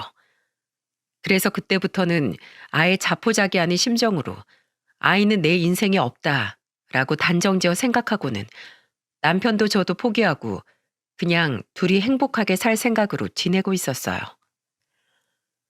아이가 없는 대신에 강아지라도 키워보자 싶어 강아지도 2마리나 한꺼번에 분양을 받아서 키우며 자녀에 대한 간절함과 아쉬움을 달래며 지내고 있었습니다. 근데 강아지를 통해서라도 아이에 대한 간절함을 채워보고자 했던 우리 부부의 마음이 하늘에도 전해졌는지 정말로 생각지도 못하게 또 한 번의 생명이 우리에게 찾아왔고, 그때는 계획도 어떠한 노력도 전혀 없었던 때였기에 우리가 느낀 감격과 기쁨은 이루 말할 수 없이 더더욱 컸습니다. 그렇게 기적적으로 찾아온 아이는 다행히도 뱃속에서 잘 버텨주었고, 드디어 그렇게 바라고 바라던 아이를 제 품에 안을 수가 있었죠. 꼬물거리는 그 아기를 제 품에 안았을 때 느꼈던 그 감촉과 무게를 전 지금도 잊을 수가 없어요. 그만큼 너무 소중했고 너무 귀했습니다. 그리고 저희 남편도 너무나 기뻐했죠. 여보, 진짜 고생 많았어. 정말 고생 많았다, 우리 마누라. 너무 예쁘다. 우리 아들 너무 예뻐. 눈, 코, 입이 다 우리 마누라 닮았네. 다행이야. 우리 마누라 닮아서 눈도 예쁘고 코도 예쁘고 입도 예쁘잖아. 고마워, 여보. 나한테 이렇게 좋은 선물을 안겨줘서 고마워. 남편은 저와 아이를 보자마자 너무나 감격해 눈물까지 흘렸고, 연신 저한테 고맙다며 저를 꼭 안아주었어요. 이때만큼은 정말 세상 누구도 부럽지 않았고, 세상에서 제가 제일 행복한 사람이었죠. 그렇게 귀하게 낳은 제 아들이 우리에게는 기적이나 마찬가지였고, 우리 아들은 그 뒤로 우리에게 또 다른 행운을 주었고, 아들을 낳은 이후에 우리에게는 또 다른 생명이 찾아와 둘째 딸까지 낳을 수 있었습니다. 정말 행복했어요. 아이들을 보면서 사는 우리 부부의 즐거움은 너무나 컸죠. 게다가 너무나 고맙게도 우리 애들은 사고 한번 치지 않는 착하고 효심 깊은 아이들로 잘 자라주었어요. 아들은 아들대로 의젓했고, 딸은 딸대로 애교가 많았습니다. 그래서 저희 가족은 서로가 서로에게 친구처럼 정말 잘 지냈어요. 주변에서도 우리 가족을 부러워하는 사람들이 많을 정도였죠. 특히나 우리 아들은 사춘기를 지나고 고등학생이 되었을 때도 꼭 저랑 같이 외출을 하면 손을 잡아주곤 했어요. 보통 아들들은 무뚝뚝하고 밖에서 엄마랑 같이 다니는 걸 창피해하는 애들이 많은데, 우리 아들은 정말 달랐고 특별했죠. 그래서 한 번은 우리 아들의 생각이 너무 궁금해서 아들이 고등학생일 때 한번 물어본 적이 있었습니다. 아들, 넌 엄마랑 이렇게 손잡고 팔짱 끼고 다니는 거 안 창피해? 내 주변 엄마들은 아들들이 자기랑 같이 밖에 나가는 것도 귀찮아하고 싫어한다면서 막 엄마 보고 부럽다고 그러더라. 우리 아들은 한 번도 그래 보질 않아서 난 이게 당연한 건 줄 알았는데 주변 엄마들이 그렇게 날 부러워하더라고. 자기네 애들은 자기를 창피한다나 뭐라나? 그래서 같이 나가도 꼭 멀찌감치 떨어져서 다니는 애들도 있대. 아들은 엄마가 안 창피해? 이렇게 다 커서 손잡고 다니는 거 좋아? 당연하지. 그런 말이 어딨어. 난 엄마랑 데이트하는 게 제일 재밌는데. 솔직히 동생이랑 다니는 건 좀 낯간지럽고 어색하긴 한데 난 엄마랑 다니는 건 재밌어. 난 엄마가 할머니가 돼도 평생 같이 손잡고 다닐 거예요. 그러니까 엄마가 나 창피하지나 마요. 아휴, 우리 아들을 내가 왜 창피해. 이렇게 든든하고 멋진 아들인데. 그런 아들이 어느덧 커서 어느샌가 며느리 될 아이를 데리고 왔더라고요.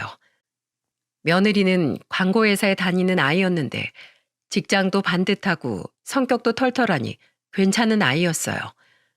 우리 부부한테도 적당하게 잘하는 게 똑 부러지는 아이구나 라는 생각이 들더라고요. 그래서 그 둘의 결혼을 허락하고 남편과 전 서울에 집을 하나 해줬습니다. 물론 엄청 좋은 집까진 해주지 못했지만 그래도 나름 둘이서 신혼살림 차려서 살만한 집 정도는 해줬어요. 아들이 결혼하고 나서도 저희는 자주 왕래를 하며 지냈고 그때마다 며느리와도 아무 문제 없이 잘 지냈죠. 며느리와 전 너무 가깝지도 그렇다고 너무 멀지도 않은 그냥 평범한 고부지간이었습니다. 그래서 저도 며느리에 대해 딱히 큰 불만도 큰 바람도 없이 잘 지내는 편이었어요. 그렇게 안정적으로 아들이 가정을 꾸려 잘 사는 모습을 보며 지내고 있던 평범한 때 저에게 아주 큰 시련이 찾아오게 되었습니다. 그건 바로 갑작스러운 남편의 죽음이었죠. 남편은 원래 심장이 좀 안 좋은 편이었는데 이게 화근이 되었던 것 같습니다. 그래도 나름 건강관리하며 잘 지내고 있다고 생각했는데 어느 날 갑자기 심근경색으로 남편이 쓰러지게 되었고 그 길로 남편을 영영 볼 수가 없었습니다. 원래부터 남편 쪽엔 가족력이 좀 있었는데 남편은 그걸 잘 지나가는 듯 하다가 갑작스럽게 맞이를 하게 되었어요. 원래 심근경색이라는 게 소리 없이 찾아오는 무서운 병이라곤 하지만 저는 이렇게 갑작스럽게 남편을 보내게 될 줄은 꿈에도 생각을 못했어요. 그때 남편 나이가 57세였는데 아직 죽기엔 너무나 이르고 아까운 나이였기에 남편을 잃은 슬픔은 저에게는 더더욱 컸습니다. 게다가 평생 저에게 다정하고 저만 바라보며 살았던 사람이었기에 그 소중한 인연을 떠나보냈다는 슬픔이 너무나 커 남편을 보내는 장례식장에서 정말 실신을 할 정도로 많이 울었어요. 우리 딸도 옆에서 같이 우느라 우리 둘은 거의 무슨 정신으로 그 장례를 치렀는지 모르겠어요. 근데 그때 중심을 딱 잡고 침착하게 모든 장례를 마친 것이 바로 우리 아들이었습니다. 아들은 모든 장례 절차를 보내면서 눈물 한 방울 흘리지 않았어요.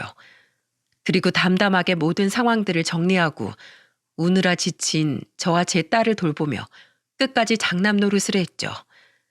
얼마나 덤덤하게 장례를 치르는지 저희 딸이 아들한테 이런 말까지 하더라고요. 오빠는 아빠가 돌아가신 게 슬프지도 않아? 어떻게 그렇게 미련 하나 없는 사람처럼 눈물 한 방울 안 흘릴 수가 있어? 난 이렇게 슬픈데 벌써부터 우리 아빠가 너무 보고 싶은데 오빠 진짜 매정한 거야? 아니면 냉정한 거야? 나라도 정신 차려야지. 나까지 아빠 돌아가신 거 슬퍼만 하면 아빠는 어떻게 보내드려. 넌 마음껏 슬퍼해. 누군간 울고 또 누군간 아빠를 잘 보내줘야 아빠도 기분 좋게 마지막 가시지. 넌 지금 네 역할을 하고 있는 거고 난 내 역할을 하고 있는 것뿐이야. 오빠. 생각지도 못했던 아들의 대답에 딸은 더더욱 눈물을 흘렸습니다. 그리고 아들이 그렇게 의젓하게 행동하는 걸 보면서 저는 남편을 잃은 슬픈 마음만큼이나 아들이 안쓰럽고 애틋하게 느껴졌어요. 그래서 그때부터는 저도 눈물을 그치고 남편을 잘 보내주기 위해 노력했습니다. 살아생전에 남편은 제가 웃는 모습을 제일 좋아해 주었기에 애써서 웃어보려고 노력을 했죠. 그렇게 남편의 발인이 끝나고 남편을 납골당에 안치를 할 때까지도 저는 끝까지 웃어 보이려 노력을 했어요. 뒤에서 사람들이 수군거려도 상관없었습니다. 마지막까지 남편이 제 웃는 얼굴을 기억할 수 있게 끝까지 웃었죠. 제 딸은 장례가 끝날 때까지 울었고 마음껏 아빠의 죽음을 슬퍼했습니다. 그리고 그건 그거대로 필요한 일이었고 우리 딸이 위로를 받는 길이었어요. 하지만 우리 아들은 남편이 안치될 때까지도 눈물을 흘리지 않았죠. 슬픈 기색 하나 없어 보였습니다. 제 속이 아닐 텐데도 말입니다. 부모이기 때문에 어떤 마음으로 저희 큰아들이 슬픔을 참고 있는지가 눈에 보였기 때문에 저는 마음이 더더욱 미어지는 듯 했죠. 그래서 전 어떻게 하면 이 아들을 위로해 줄 수 있을까 고민하며 기회를 보던 중에 마침 그 기회를 얻을 수가 있었습니다. 장례가 끝나고 남편의 마지막 남은 유품들을 정리하기 위해 애들이랑 집에 있는데 그때 딸이랑 며느리는 밖에서 먹을 걸 좀 사오겠다며 외출을 했어요. 그리고 집안엔 저와 아들만 남아 딱 둘이 있을 기회가 생기게 되었죠. 그때 제가 얼른 아들에게 가서 말했어요. 아들, 아빠 보고 싶지 않니?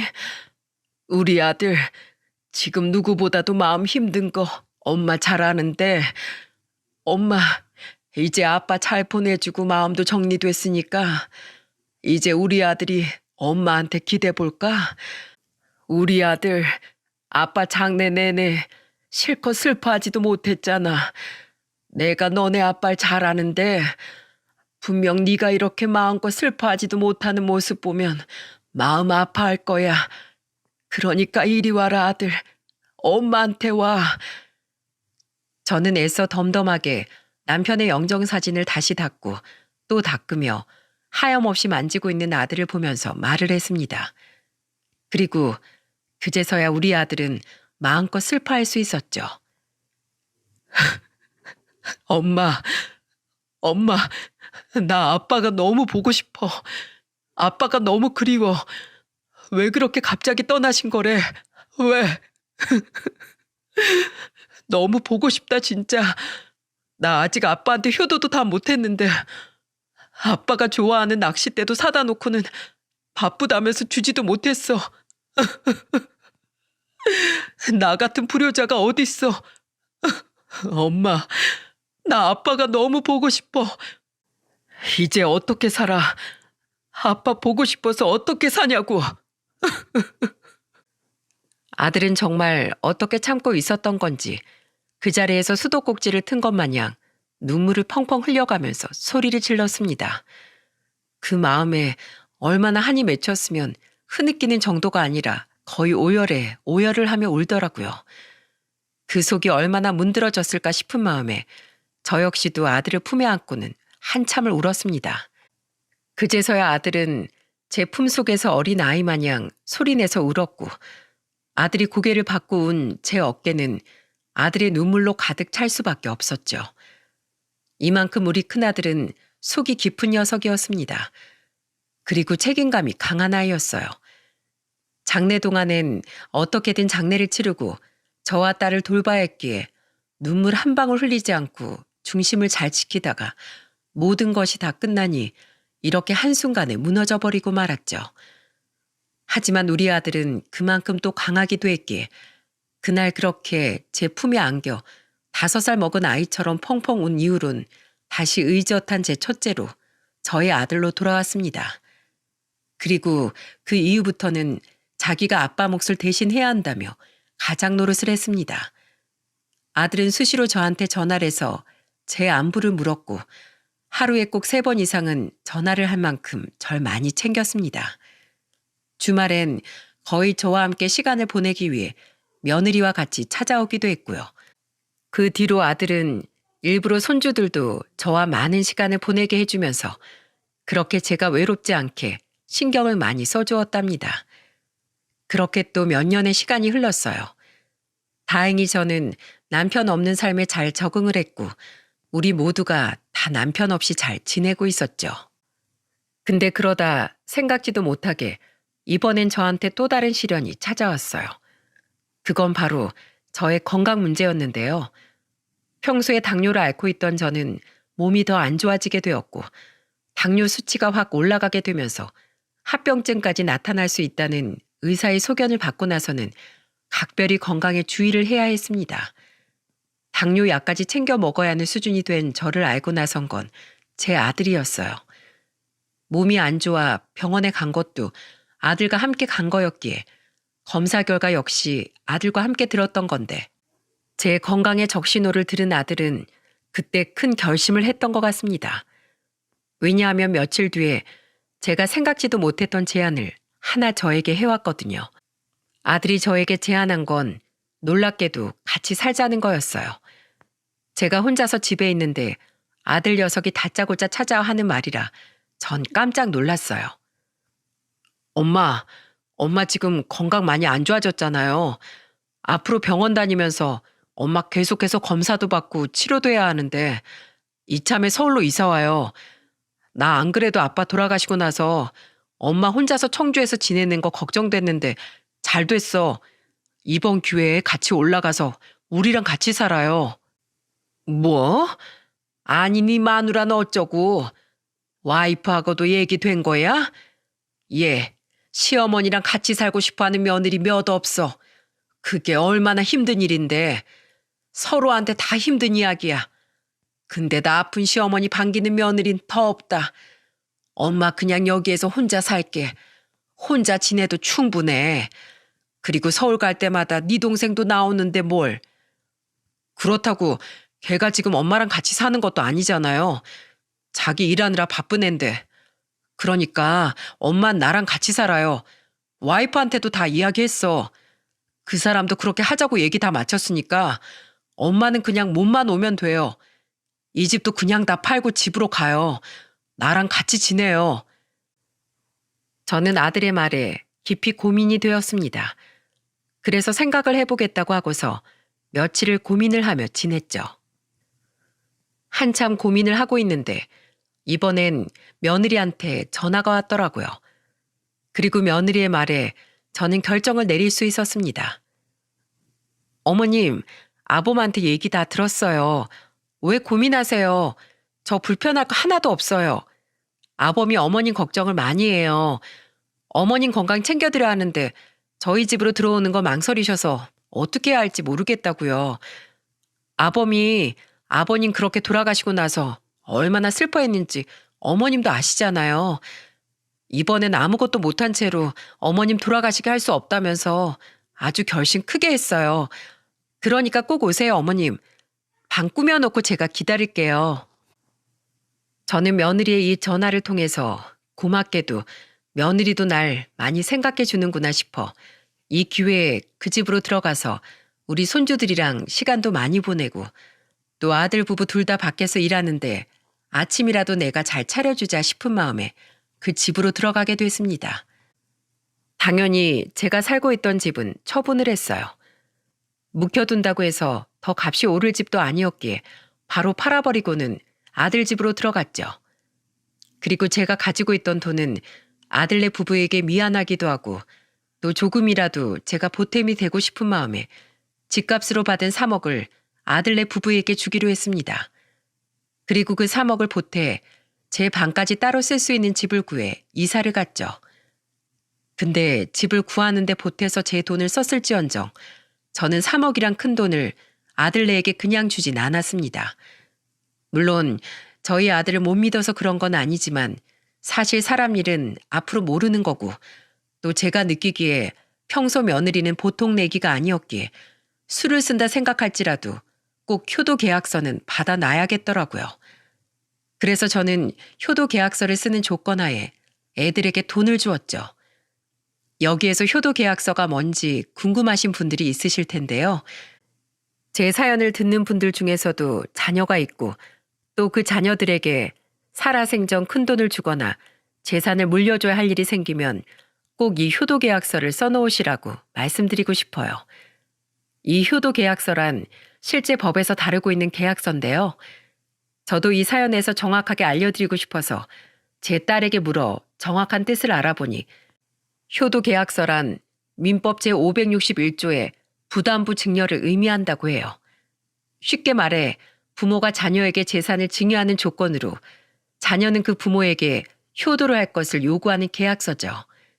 만약에 이 계약서를 썼음에도 불구하고 자녀가 그 효도를 다하지 않을 땐 부모가 증여 계약을 해제해서 다시 재산을 돌려받을 수 있도록 하는 거예요. 저도 이걸 몰랐는데 몇 년 전에 제 친구가 자기 아들네 부부한테 자기 재산 다 주는 조건으로 그 집에 들어가 살기로 했는데 막상 그 아들네한테 돈을 다 주고 나니까 그때부터 태도가 돌변해 완전 찬밥 신세로 대하더니 결국엔 그 집에서 쫓겨나기까지 했었습니다. 그 이후론 제 친구들 사이에서는 무조건 자식들한테 재산 물려주거나 큰돈 줄 땐 효도 계약서를 써야 한다며 막 이슈가 되었기에 저도 그걸 잘 기억하고 있었죠. 그래서 아들네에게 돈을 주는 조건으로 효도 계약서를 쓴 거였어요. 근데 그때 제가 효도 계약서 이야기를 꺼내면서 새 아파트를 구해 들어갈 돈으로 제 3억을 보태겠다고 하니까 처음에 우리 아들은 됐다고 거부를 하더라고요. 얘들아, 내가 생각을 해봤는데 지금 너네 집에 방이 없잖니? 내가 들어가 살려면 적어도 내 방 하나 작은 거라도 있어야 할 텐데 그러려면 이사를 가야 하지 않겠어? 그래서 말인데 내가 청주집 한 돈이랑 니네 아버지 돌아가시면서 받은 사망보험금 좀 보태면 3억 정도 된다. 이거 내가 줄 테니까 그걸로 보태서 새 아파트 구해. 대신에 공짜로 주는 거 아니야. 너네 이혼 계약서라고 알아? 그거 쓰는 조건으로 줄 거다. 어때? 동의하니? 뭐? 효도 계약서? 엄마, 자식이랑 부모 사이 간에 그런 계약서 쓰는 것 자체가 난 너무 웃기다. 그런 거 안 써도 내가 충분히 우리 엄마한테 효도할 거니까 걱정하지 마요. 그리고 그 돈을 왜 우릴 줘요? 그냥 그 돈 엄마가 가지고 있다가 필요할 때 써요. 우린 괜찮으니까. 우리 둘 다 돈벌이가 안 되는 것도 아니고 지금까지 모아놓은 돈이 있어서 그걸로 이사하면 돼요. 이 집도 팔면 어느 정도는 돈 나올 거고 하니까 엄만 신경 쓰지 말아요. 아들은 아예 그 돈을 저보고 가지고 있으라며 이야기를 했어요. 근데 역시나 며느리는 아니더라고요. 여보, 그래도 어머님이 보태주신다고 하는데 그걸 굳이 우리가 거부할 이유가 있을까? 어머님 안 그래요? 물론 그 돈 저희 안 주셔도 상관이 없지만 그래도 어머님도 저희 집에 그냥 맨몸으로 오기 미안하시니까 주려고 하시는 거잖아요. 차라리 그 돈 받고 어머님은 저희 눈치 보지 마시고 어머님 집은 충분히 생각해서 편하게 집에서 지내세요. 저흰 그 돈 받고서 어머님께 효도 열심히 하겠습니다. 효도 계약서도 얼마든지 쓸게요. 며느리는 저에게 효도 계약서까지 다 쓰겠다며 적극적으로 나섰고 저도 며느리 말대로 공짜로 이 집에 와서 사는 것보다 돈 주고 들어와 사는 게 훨씬 마음이 편했기에 바로 진행을 했습니다. 효도 계약서 내용은 이거였어요. 첫째, 아들 박도윤, 며느리 이진영은 나 김순이가 죽을 때까지 한 집에서 모셔야 한다. 둘째, 아들 박도윤, 며느리 이진영은 내 재산 3억으로 도박이나 주식 투자 혹은 유흥 생활을 금지한다. 셋째, 아들 박도윤, 며느리 이진영은 내가 아프더라도 끝까지 나를 모시며 봉양한다. 위 조건들을 위반할 시 김순이의 재산 3억은 곧바로 현금으로 반환한다. 이게 바로 계약서에 적힌 내용이었습니다. 우리는 지장까지 찍고 실제로 공증까지 다 받아놓고는 한 집 살림을 시작했어요. 결혼을 하고 나서 한 몇 개월까진 좋았습니다. 아무런 문제가 없었어요. 집도 좋은 곳으로 잘 이사를 갔기 때문에 아무 문제 없이 잘 지낼 일만 남았죠. 하지만 얼마 못 가 우리는 부딪히기 시작했고 제가 부딪힌 사람은 바로 며느리였습니다. 우리 아들은 저와 부딪힐 일이 없었어요. 처음에는 그냥 잘 지내는 듯 했어요. 근데 시간이 점점 지나면 지날수록 며느리의 실제 모습들이 나오더라고요. 그건 바로 며느리의 해도 해도 너무한 게으름이었습니다. 며느린 진짜 게을러도 그렇게 게으를 수가 없었어요. 일단 초반엔 제가 있으니까 좀 청소도 하고 밥도 하면서 여러 가지 노력들을 했던 것 같은데 사람 습관이 평소 살던 게 그렇게 어디 한순간에 바뀌는 게 쉽나요? 진짜 한두 달이 지나고 나니까 서서히 본 모습이 나타나는데 진짜 혀가 내둘러질 정도였습니다. 일단 기본적으로 이 며느린 씻질 않았어요. 물론 출근은 해야 하니까 머리는 감는 것 같은데 양치질도 안 하고 세수도 안 하고 화장도 안 지운 채로 그냥 거의 일주일 내내 화장한 거에다 더 덧칠해서 다니는 지경이었죠.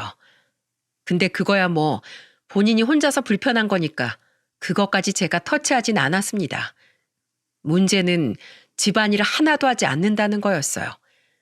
설거지부터 시작해서 빨래고 뭐고 며느리 손에 거치는 건 단 하나도 없었고 오로지 제 아들이 혼자서 이 모든 걸 다 하고 있었더라고요. 심지어 며느린 애들 밥도 안 차려줬기 때문에 역시나 그것도 제 아들이 다 해줬는데 그동안 며느린 뭐 하고 있었는지 아세요? 소파 아니면 침대에 들어누워선 하루 왼종일 일어나질 않았어요. 거기에 또 군것질까지 좋아하느라고 소파나 침대 위에서 과자 먹고 아이스크림까지 먹는데 그걸 죄다 흘리면서도 치우는 법이 없더라고요. 한 번은 제가 이건 정말 아니다 싶어서 며느리에게 말했어요. 예, 아가, 넌 어쩜 집안일을 하나도 안 하니? 너네 둘 다 맞벌이면 집안일도 같이 해야 하는 거 아니야?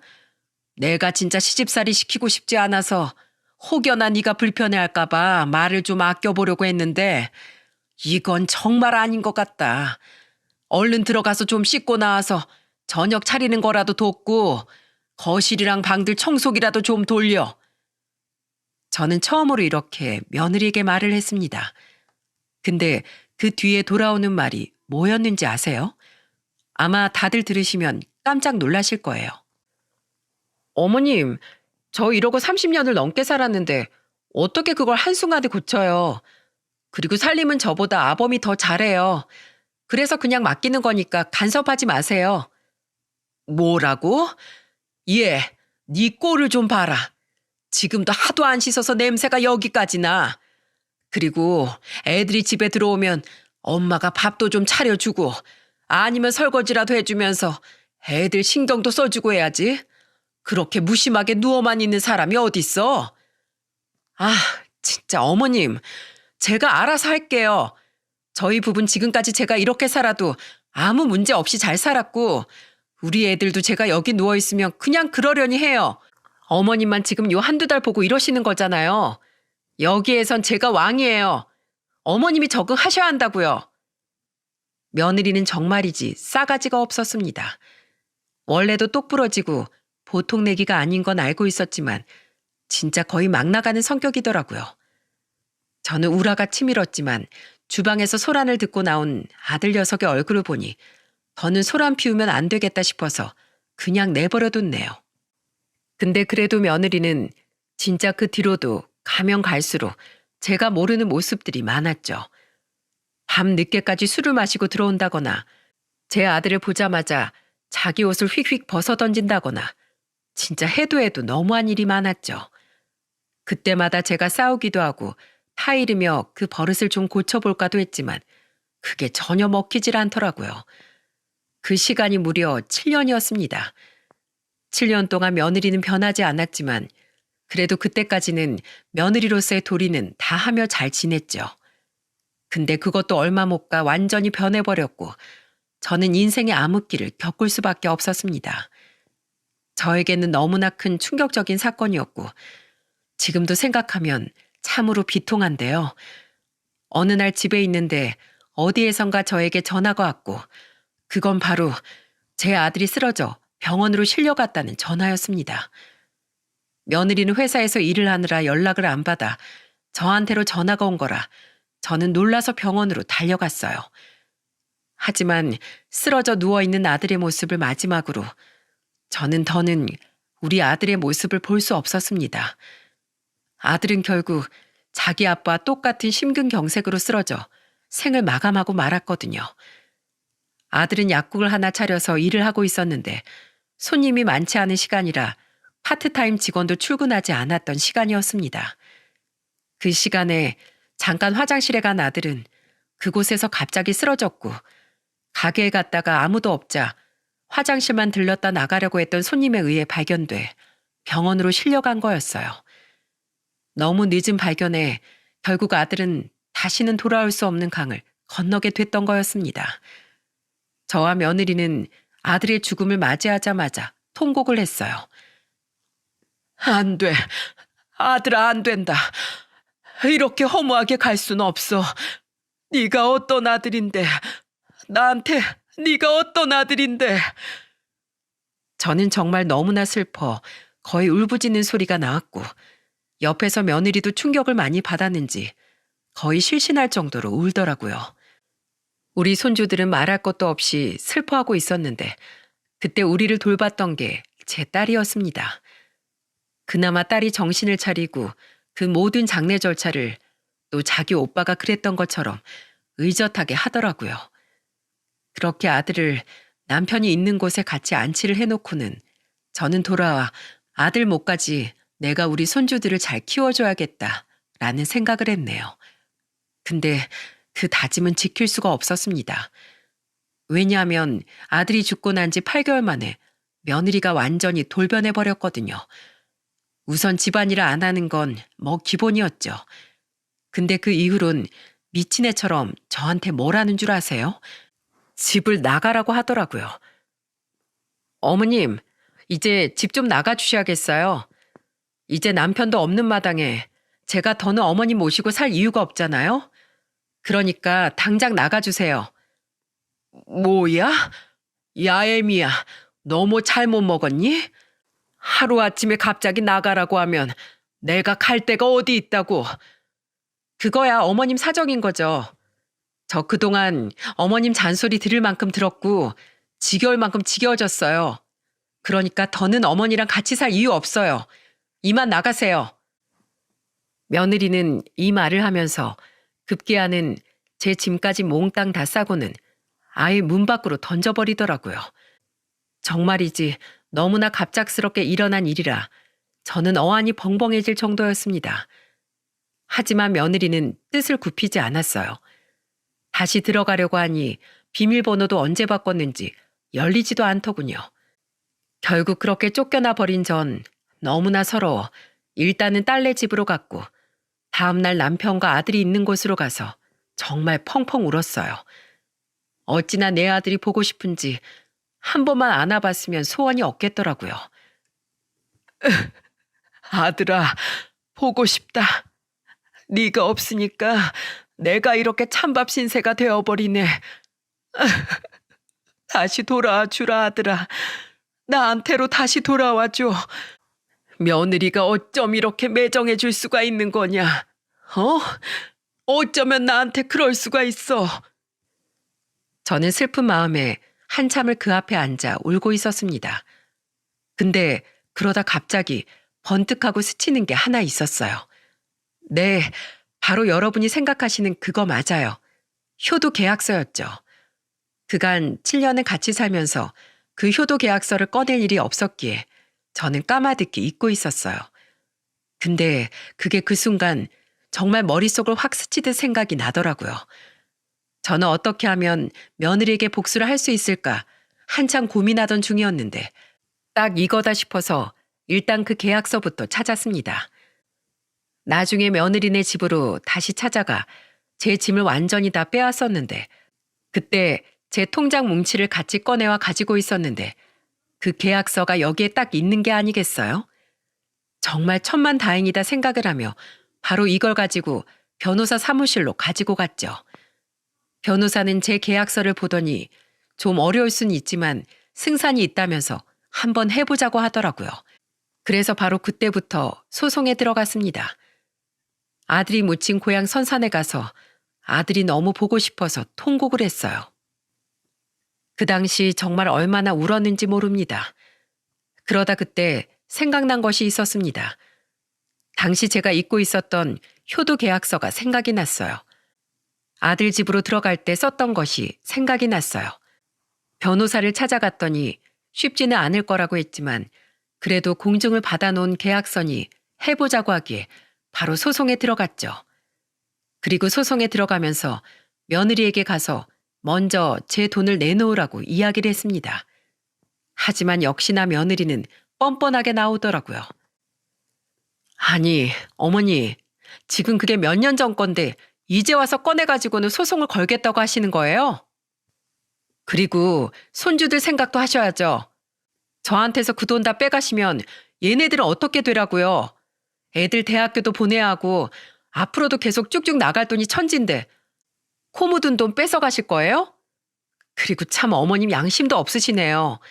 그동안 저희 집에서 먹고 자고 한 게 있는데 어머님 양심도 정도껏 없으셔야 할 것 아니에요. 저 그 돈 못 드리니까 소송을 걸든 뭐 고소를 하든 알아서 하세요. 뭐야? 그래, 내가 너 그렇게 나올 줄 알았다. 어디 두고 보자. 누가 이기는지. 저는 뻔뻔한 며느리를 보면서 차라리 잘 됐다 싶었습니다. 이렇게라도 소송을 걸어 저 높은 코를 납작하게 만들어줘야겠다. 단단히 다짐이 되었거든요. 그렇게 소송을 하고 있던 중에 저는 딸이 있는 집으로 들어가서 살고 있었어요.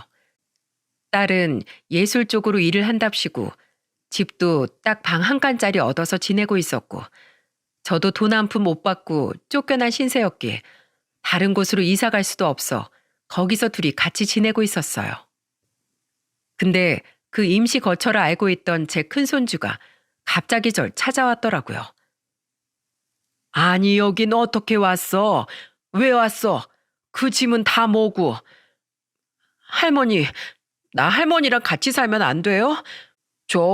할머니랑 살고 싶어요. 뭐? 아니, 무슨 일이길래? 너 집에서 무슨 일 있었니? 어? 할머니, 엄마랑 같이 못 살겠어요. 엄마가 우리 밥도 안 해주고 맨날 집에서 빨래랑 청소만 시켜요. 엄마랑 같이 살기 싫어요. 아빠가 너무 보고 싶어요. 어, 이리 와라, 정상아. 괜찮어. 울지 마. 울지 마, 내 손주. 아이고, 그래, 힘들었겠네. 우리 손주 너무 힘들었겠어. 저는 괘씸한 며느리 행동에 화가 나서 바로 그날 며느리에게 전화를 했습니다. 야, 너 대체 무슨 짓을 했길래 내 손주가 나랑 같이 살고 싶다고 와. 너 애들한테 또 무슨 짓 했어? 무슨 짓 했냐고? 애가 엉엉 울면서 나한테 집안일 하기 싫다며 밥 먹고 싶다고 말하더라. 너 애미 맞아? 어? 당장 둘째도 보내. 여기로 보내라고. 제가 왜요? 하여간 걘 지 아빠 빼다 박아서 할머니밖에 모르지. 둘째는 제가 좋답니다. 나랑 같이 살겠대요. 그러니까 그냥 내버려 두세요. 그렇게 전화를 뚝 끊어버린 며느리는 그 뒤로는 제 전화를 받지도 않더군요. 그리고 실제로 첫째 손주한테 물어보니 둘째는 같이 가자고 해도 그래도 지 엄마랑 같이 살겠다고 했다고 하길래 억지로 데리고 올 수도 없어 그냥 둘 수밖에 없었어요. 그 뒤로 첫째 손주는 저와 같이 지냈고 효도 계약서 소송은 계속해서 이어져 갔습니다. 그리고 결국에 시간은 좀 걸렸지만 끝내 2억을 배상하라는 결과가 나왔어요. 판결을 다 받은 며느리는 그때도 태도가 아주 엉망이었습니다. 재판을 다 끝내고 나오는데 이러더군요. 아휴, 재수없어. 더러운 집구석. 내가 진짜 더럽고 치사해서 그 돈 준다. 그깟 돈 얼마나 한다고? 에이, 퇴! 급기야 며느리는 제 앞에서 바닥에 침까지 뱉으며 갔고 2억 원은 그대로 돌려주더라고요. 화가 났지만 더 싸움을 일으키고 싶지 않아 무시하고 저도 돌아서 와버렸어요. 며느리는 당시 큰손주도 보고는 야, 넌 나 버리고 네가 알아서 나갔지? 네 대학 등록금은 네 할머니한테 달라고 해. 이제 너는 내 아들 아니니까. 하고 가버리더라고요. 그렇게 가버린 며느리를 우리도 다 무시를 해버렸습니다. 근데 그 매정하고 나쁜 며느리는 역시 하늘이 보복을 하는 듯 하더라고요. 그 뒤로 3년 뒤에 며느리에게 큰일이 하나 터지게 되었습니다. 당시 제가 쫓겨난 이유를 나중에 큰손주가 말해줘서 알았는데 그때 당시에 며느리에게는 만나는 남자가 있었다고 하더군요. 그래서 그 남자랑 같이 지내고 싶어서 절 쫓아낸 거였고 그 뒤로 그 남자랑 놀아나느라 애들한테 집안일이고 뭐고 다 시켰던 거였어요. 그걸 제가 너무 충격받을까봐 제 손주가 나중에 말을 해주더라고요. 근데 그때 만나던 남자를 2년이나 넘게 만나고 있던 중에 회사에서 등산 갔다가 단풍을 보면서 사진을 찍다가 발을 헛디뎌 낙상 사고를 당하고 만 거죠. 며느리는 결국 크게 다쳐서 뇌수술을 크게 하고 그 뒤로는 몸도 제대로 가눌 수가 없는 엉망진창의 상태가 되어버리고 말았어요. 그래서 결국에는 그때 만났던 남자는 며느리를 버렸다고 하더라고요. 이걸 어떻게 알았냐면 이 모든 사실은 전부 다 둘째 손주가 해주었습니다. 왜냐하면 자신이 엉망이 되고 나서부터는 남자에게까지 버림을 받으니 완전히 미쳐버린 것 같더군요. 그래서 같이 사는 둘째 손주한테 짜증내고 성질내고 술이나 가지고 오라고 소리만 지르면서 못 살게 굴었던 것 같아요. 그래서 둘째 손주도 자기 엄마랑 같이 못 살겠다며 엉엉 울면서 절 찾아왔죠. 할머니, 나 엄마랑 같이 못 살아요. 엄마가 너무 변해버렸어요. 맨날 소리만 지르고 엄마 술 마시면 안 되는데 맨날 술 가지고 오라고 나한테 화만 내요. 외할머니도 힘들어서 나 하나도 안 도와주고 맨날 안방에만 있어요. 나도 할머니랑 같이 살래요. 나 이제 엄마랑 같이 못 살겠어요. 작은 손주까지 이렇게 울면서 저를 찾아오는 걸 보니 저는 억장이 무너지는 것 같았습니다. 얼마나 애를 괴롭혔으면 애가 완전 반쪽이 돼서 저한테 돌아왔더라고요. 외할머니라는 사람은 애가 이 지경이 될 때까지 밥도 안 해먹이고 자기 딸만 쳐다보면서 한숨만 푹푹 쉬며 시간을 보내는 듯 했고요. 기가 막힌 상황에 저는 둘째 손주까지 받아줄 수밖에 없었습니다. 나중에 제가 둘째 손주 짐을 챙기러 그 집에 갔는데 며느리가 어눌한 목소리와 어눌한 행동으로 절 보자마자 이러더라고요. 당신이 여기 왜 와? 왜? 나한테서 돈 다 뺏어가고 내 자식들까지 다 뺏어갔으면서 여길 어떻게 찾아와? 내 손주 지키러 왔다. 왜? 당장 여기에서 내 손주 짐 다 빼갈 거니까 그렇게 알아. 뭐야? 이게 어디서 또 도둑질이야? 절대 안 돼. 절대 못 가. 급기야 며느리는 제 팔을 잡고는 어떻게 해보고 싶은데 제 몸이 안 따라줘서 힘든지 하염없이 흔들고만 있었습니다. 그걸 제 큰손주가 보더니 맞고는 이렇게 말을 했어요. 엄마, 제발 그만해요. 할머니한테 왜 그래? 할머니가 무슨 잘못을 했다고. 우리 이제 엄마랑 안 살아요. 더는 못 살아. 그러니까 할머니한테 그러지 마요. 닥쳐. 너도 똑같아. 나쁜 것들, 이 나쁜 것들아. 어떻게 날 버려? 어떻게 너희가 날 버릴 수가 있냐고. 내가 누군데? 내가 니네 엄만데. 며느리는 첫째가 제 편을 드니까 그제서야 바닥에 주저앉아 대성통곡을 했습니다. 근데 그 모습을 보면서 한마디 해줘야겠더라고요. 그래서 처음이자 마지막으로 시어머니로서 말했죠. 얘 진영아, 네 지난 날을 돌아봐라. 네가 어떻게 했는지, 네가 내 아들한테, 얘네들한테, 그리고 나한테 어떻게 했는지 돌아봐. 네가 조금이라도 책임감을 가지고 네 남편이나 자식들이나 다 책임졌다면 지금 이런 사달은 안 일어난다. 그러니 앞으로 네가 뭘 잘못했는지 고이고이 생각하며 살아. 그리고 철저하게 후회하고 다시 돌이켜. 다신 그러지 않겠다고 다짐하고 새 인생 살라고. 그때까진 난 우리 애들 너 못 보여준다. 짐 챙기고 갈 테니 쉬어라. 어머니, 죄송해요. 잘못했어요. 제가 잘못했어요. 저 버리지 마세요. 아범도 없고 그 남자도 아픈 인간은 돈 많이 든다며 쓸모가 없다면서 저 버렸어요. 근데 이젠 애들까지 절 버리면 전 어떻게 살아야 하나요? 네? 어머님, 제발 저 좀 용서해 주시고 받아주세요. 어머니, 애들 데리고 가지 말아주세요. 너 정신 차리면 그때 보여줄 거야. 그러니 정신 바짝 차리고 멀쩡하게 와. 저는 매정하게 보일지 몰라도 똑부러지게 말하고는 애들을 데리고 나와버렸습니다. 그리고 그 뒤로 한 1년이 지났네요.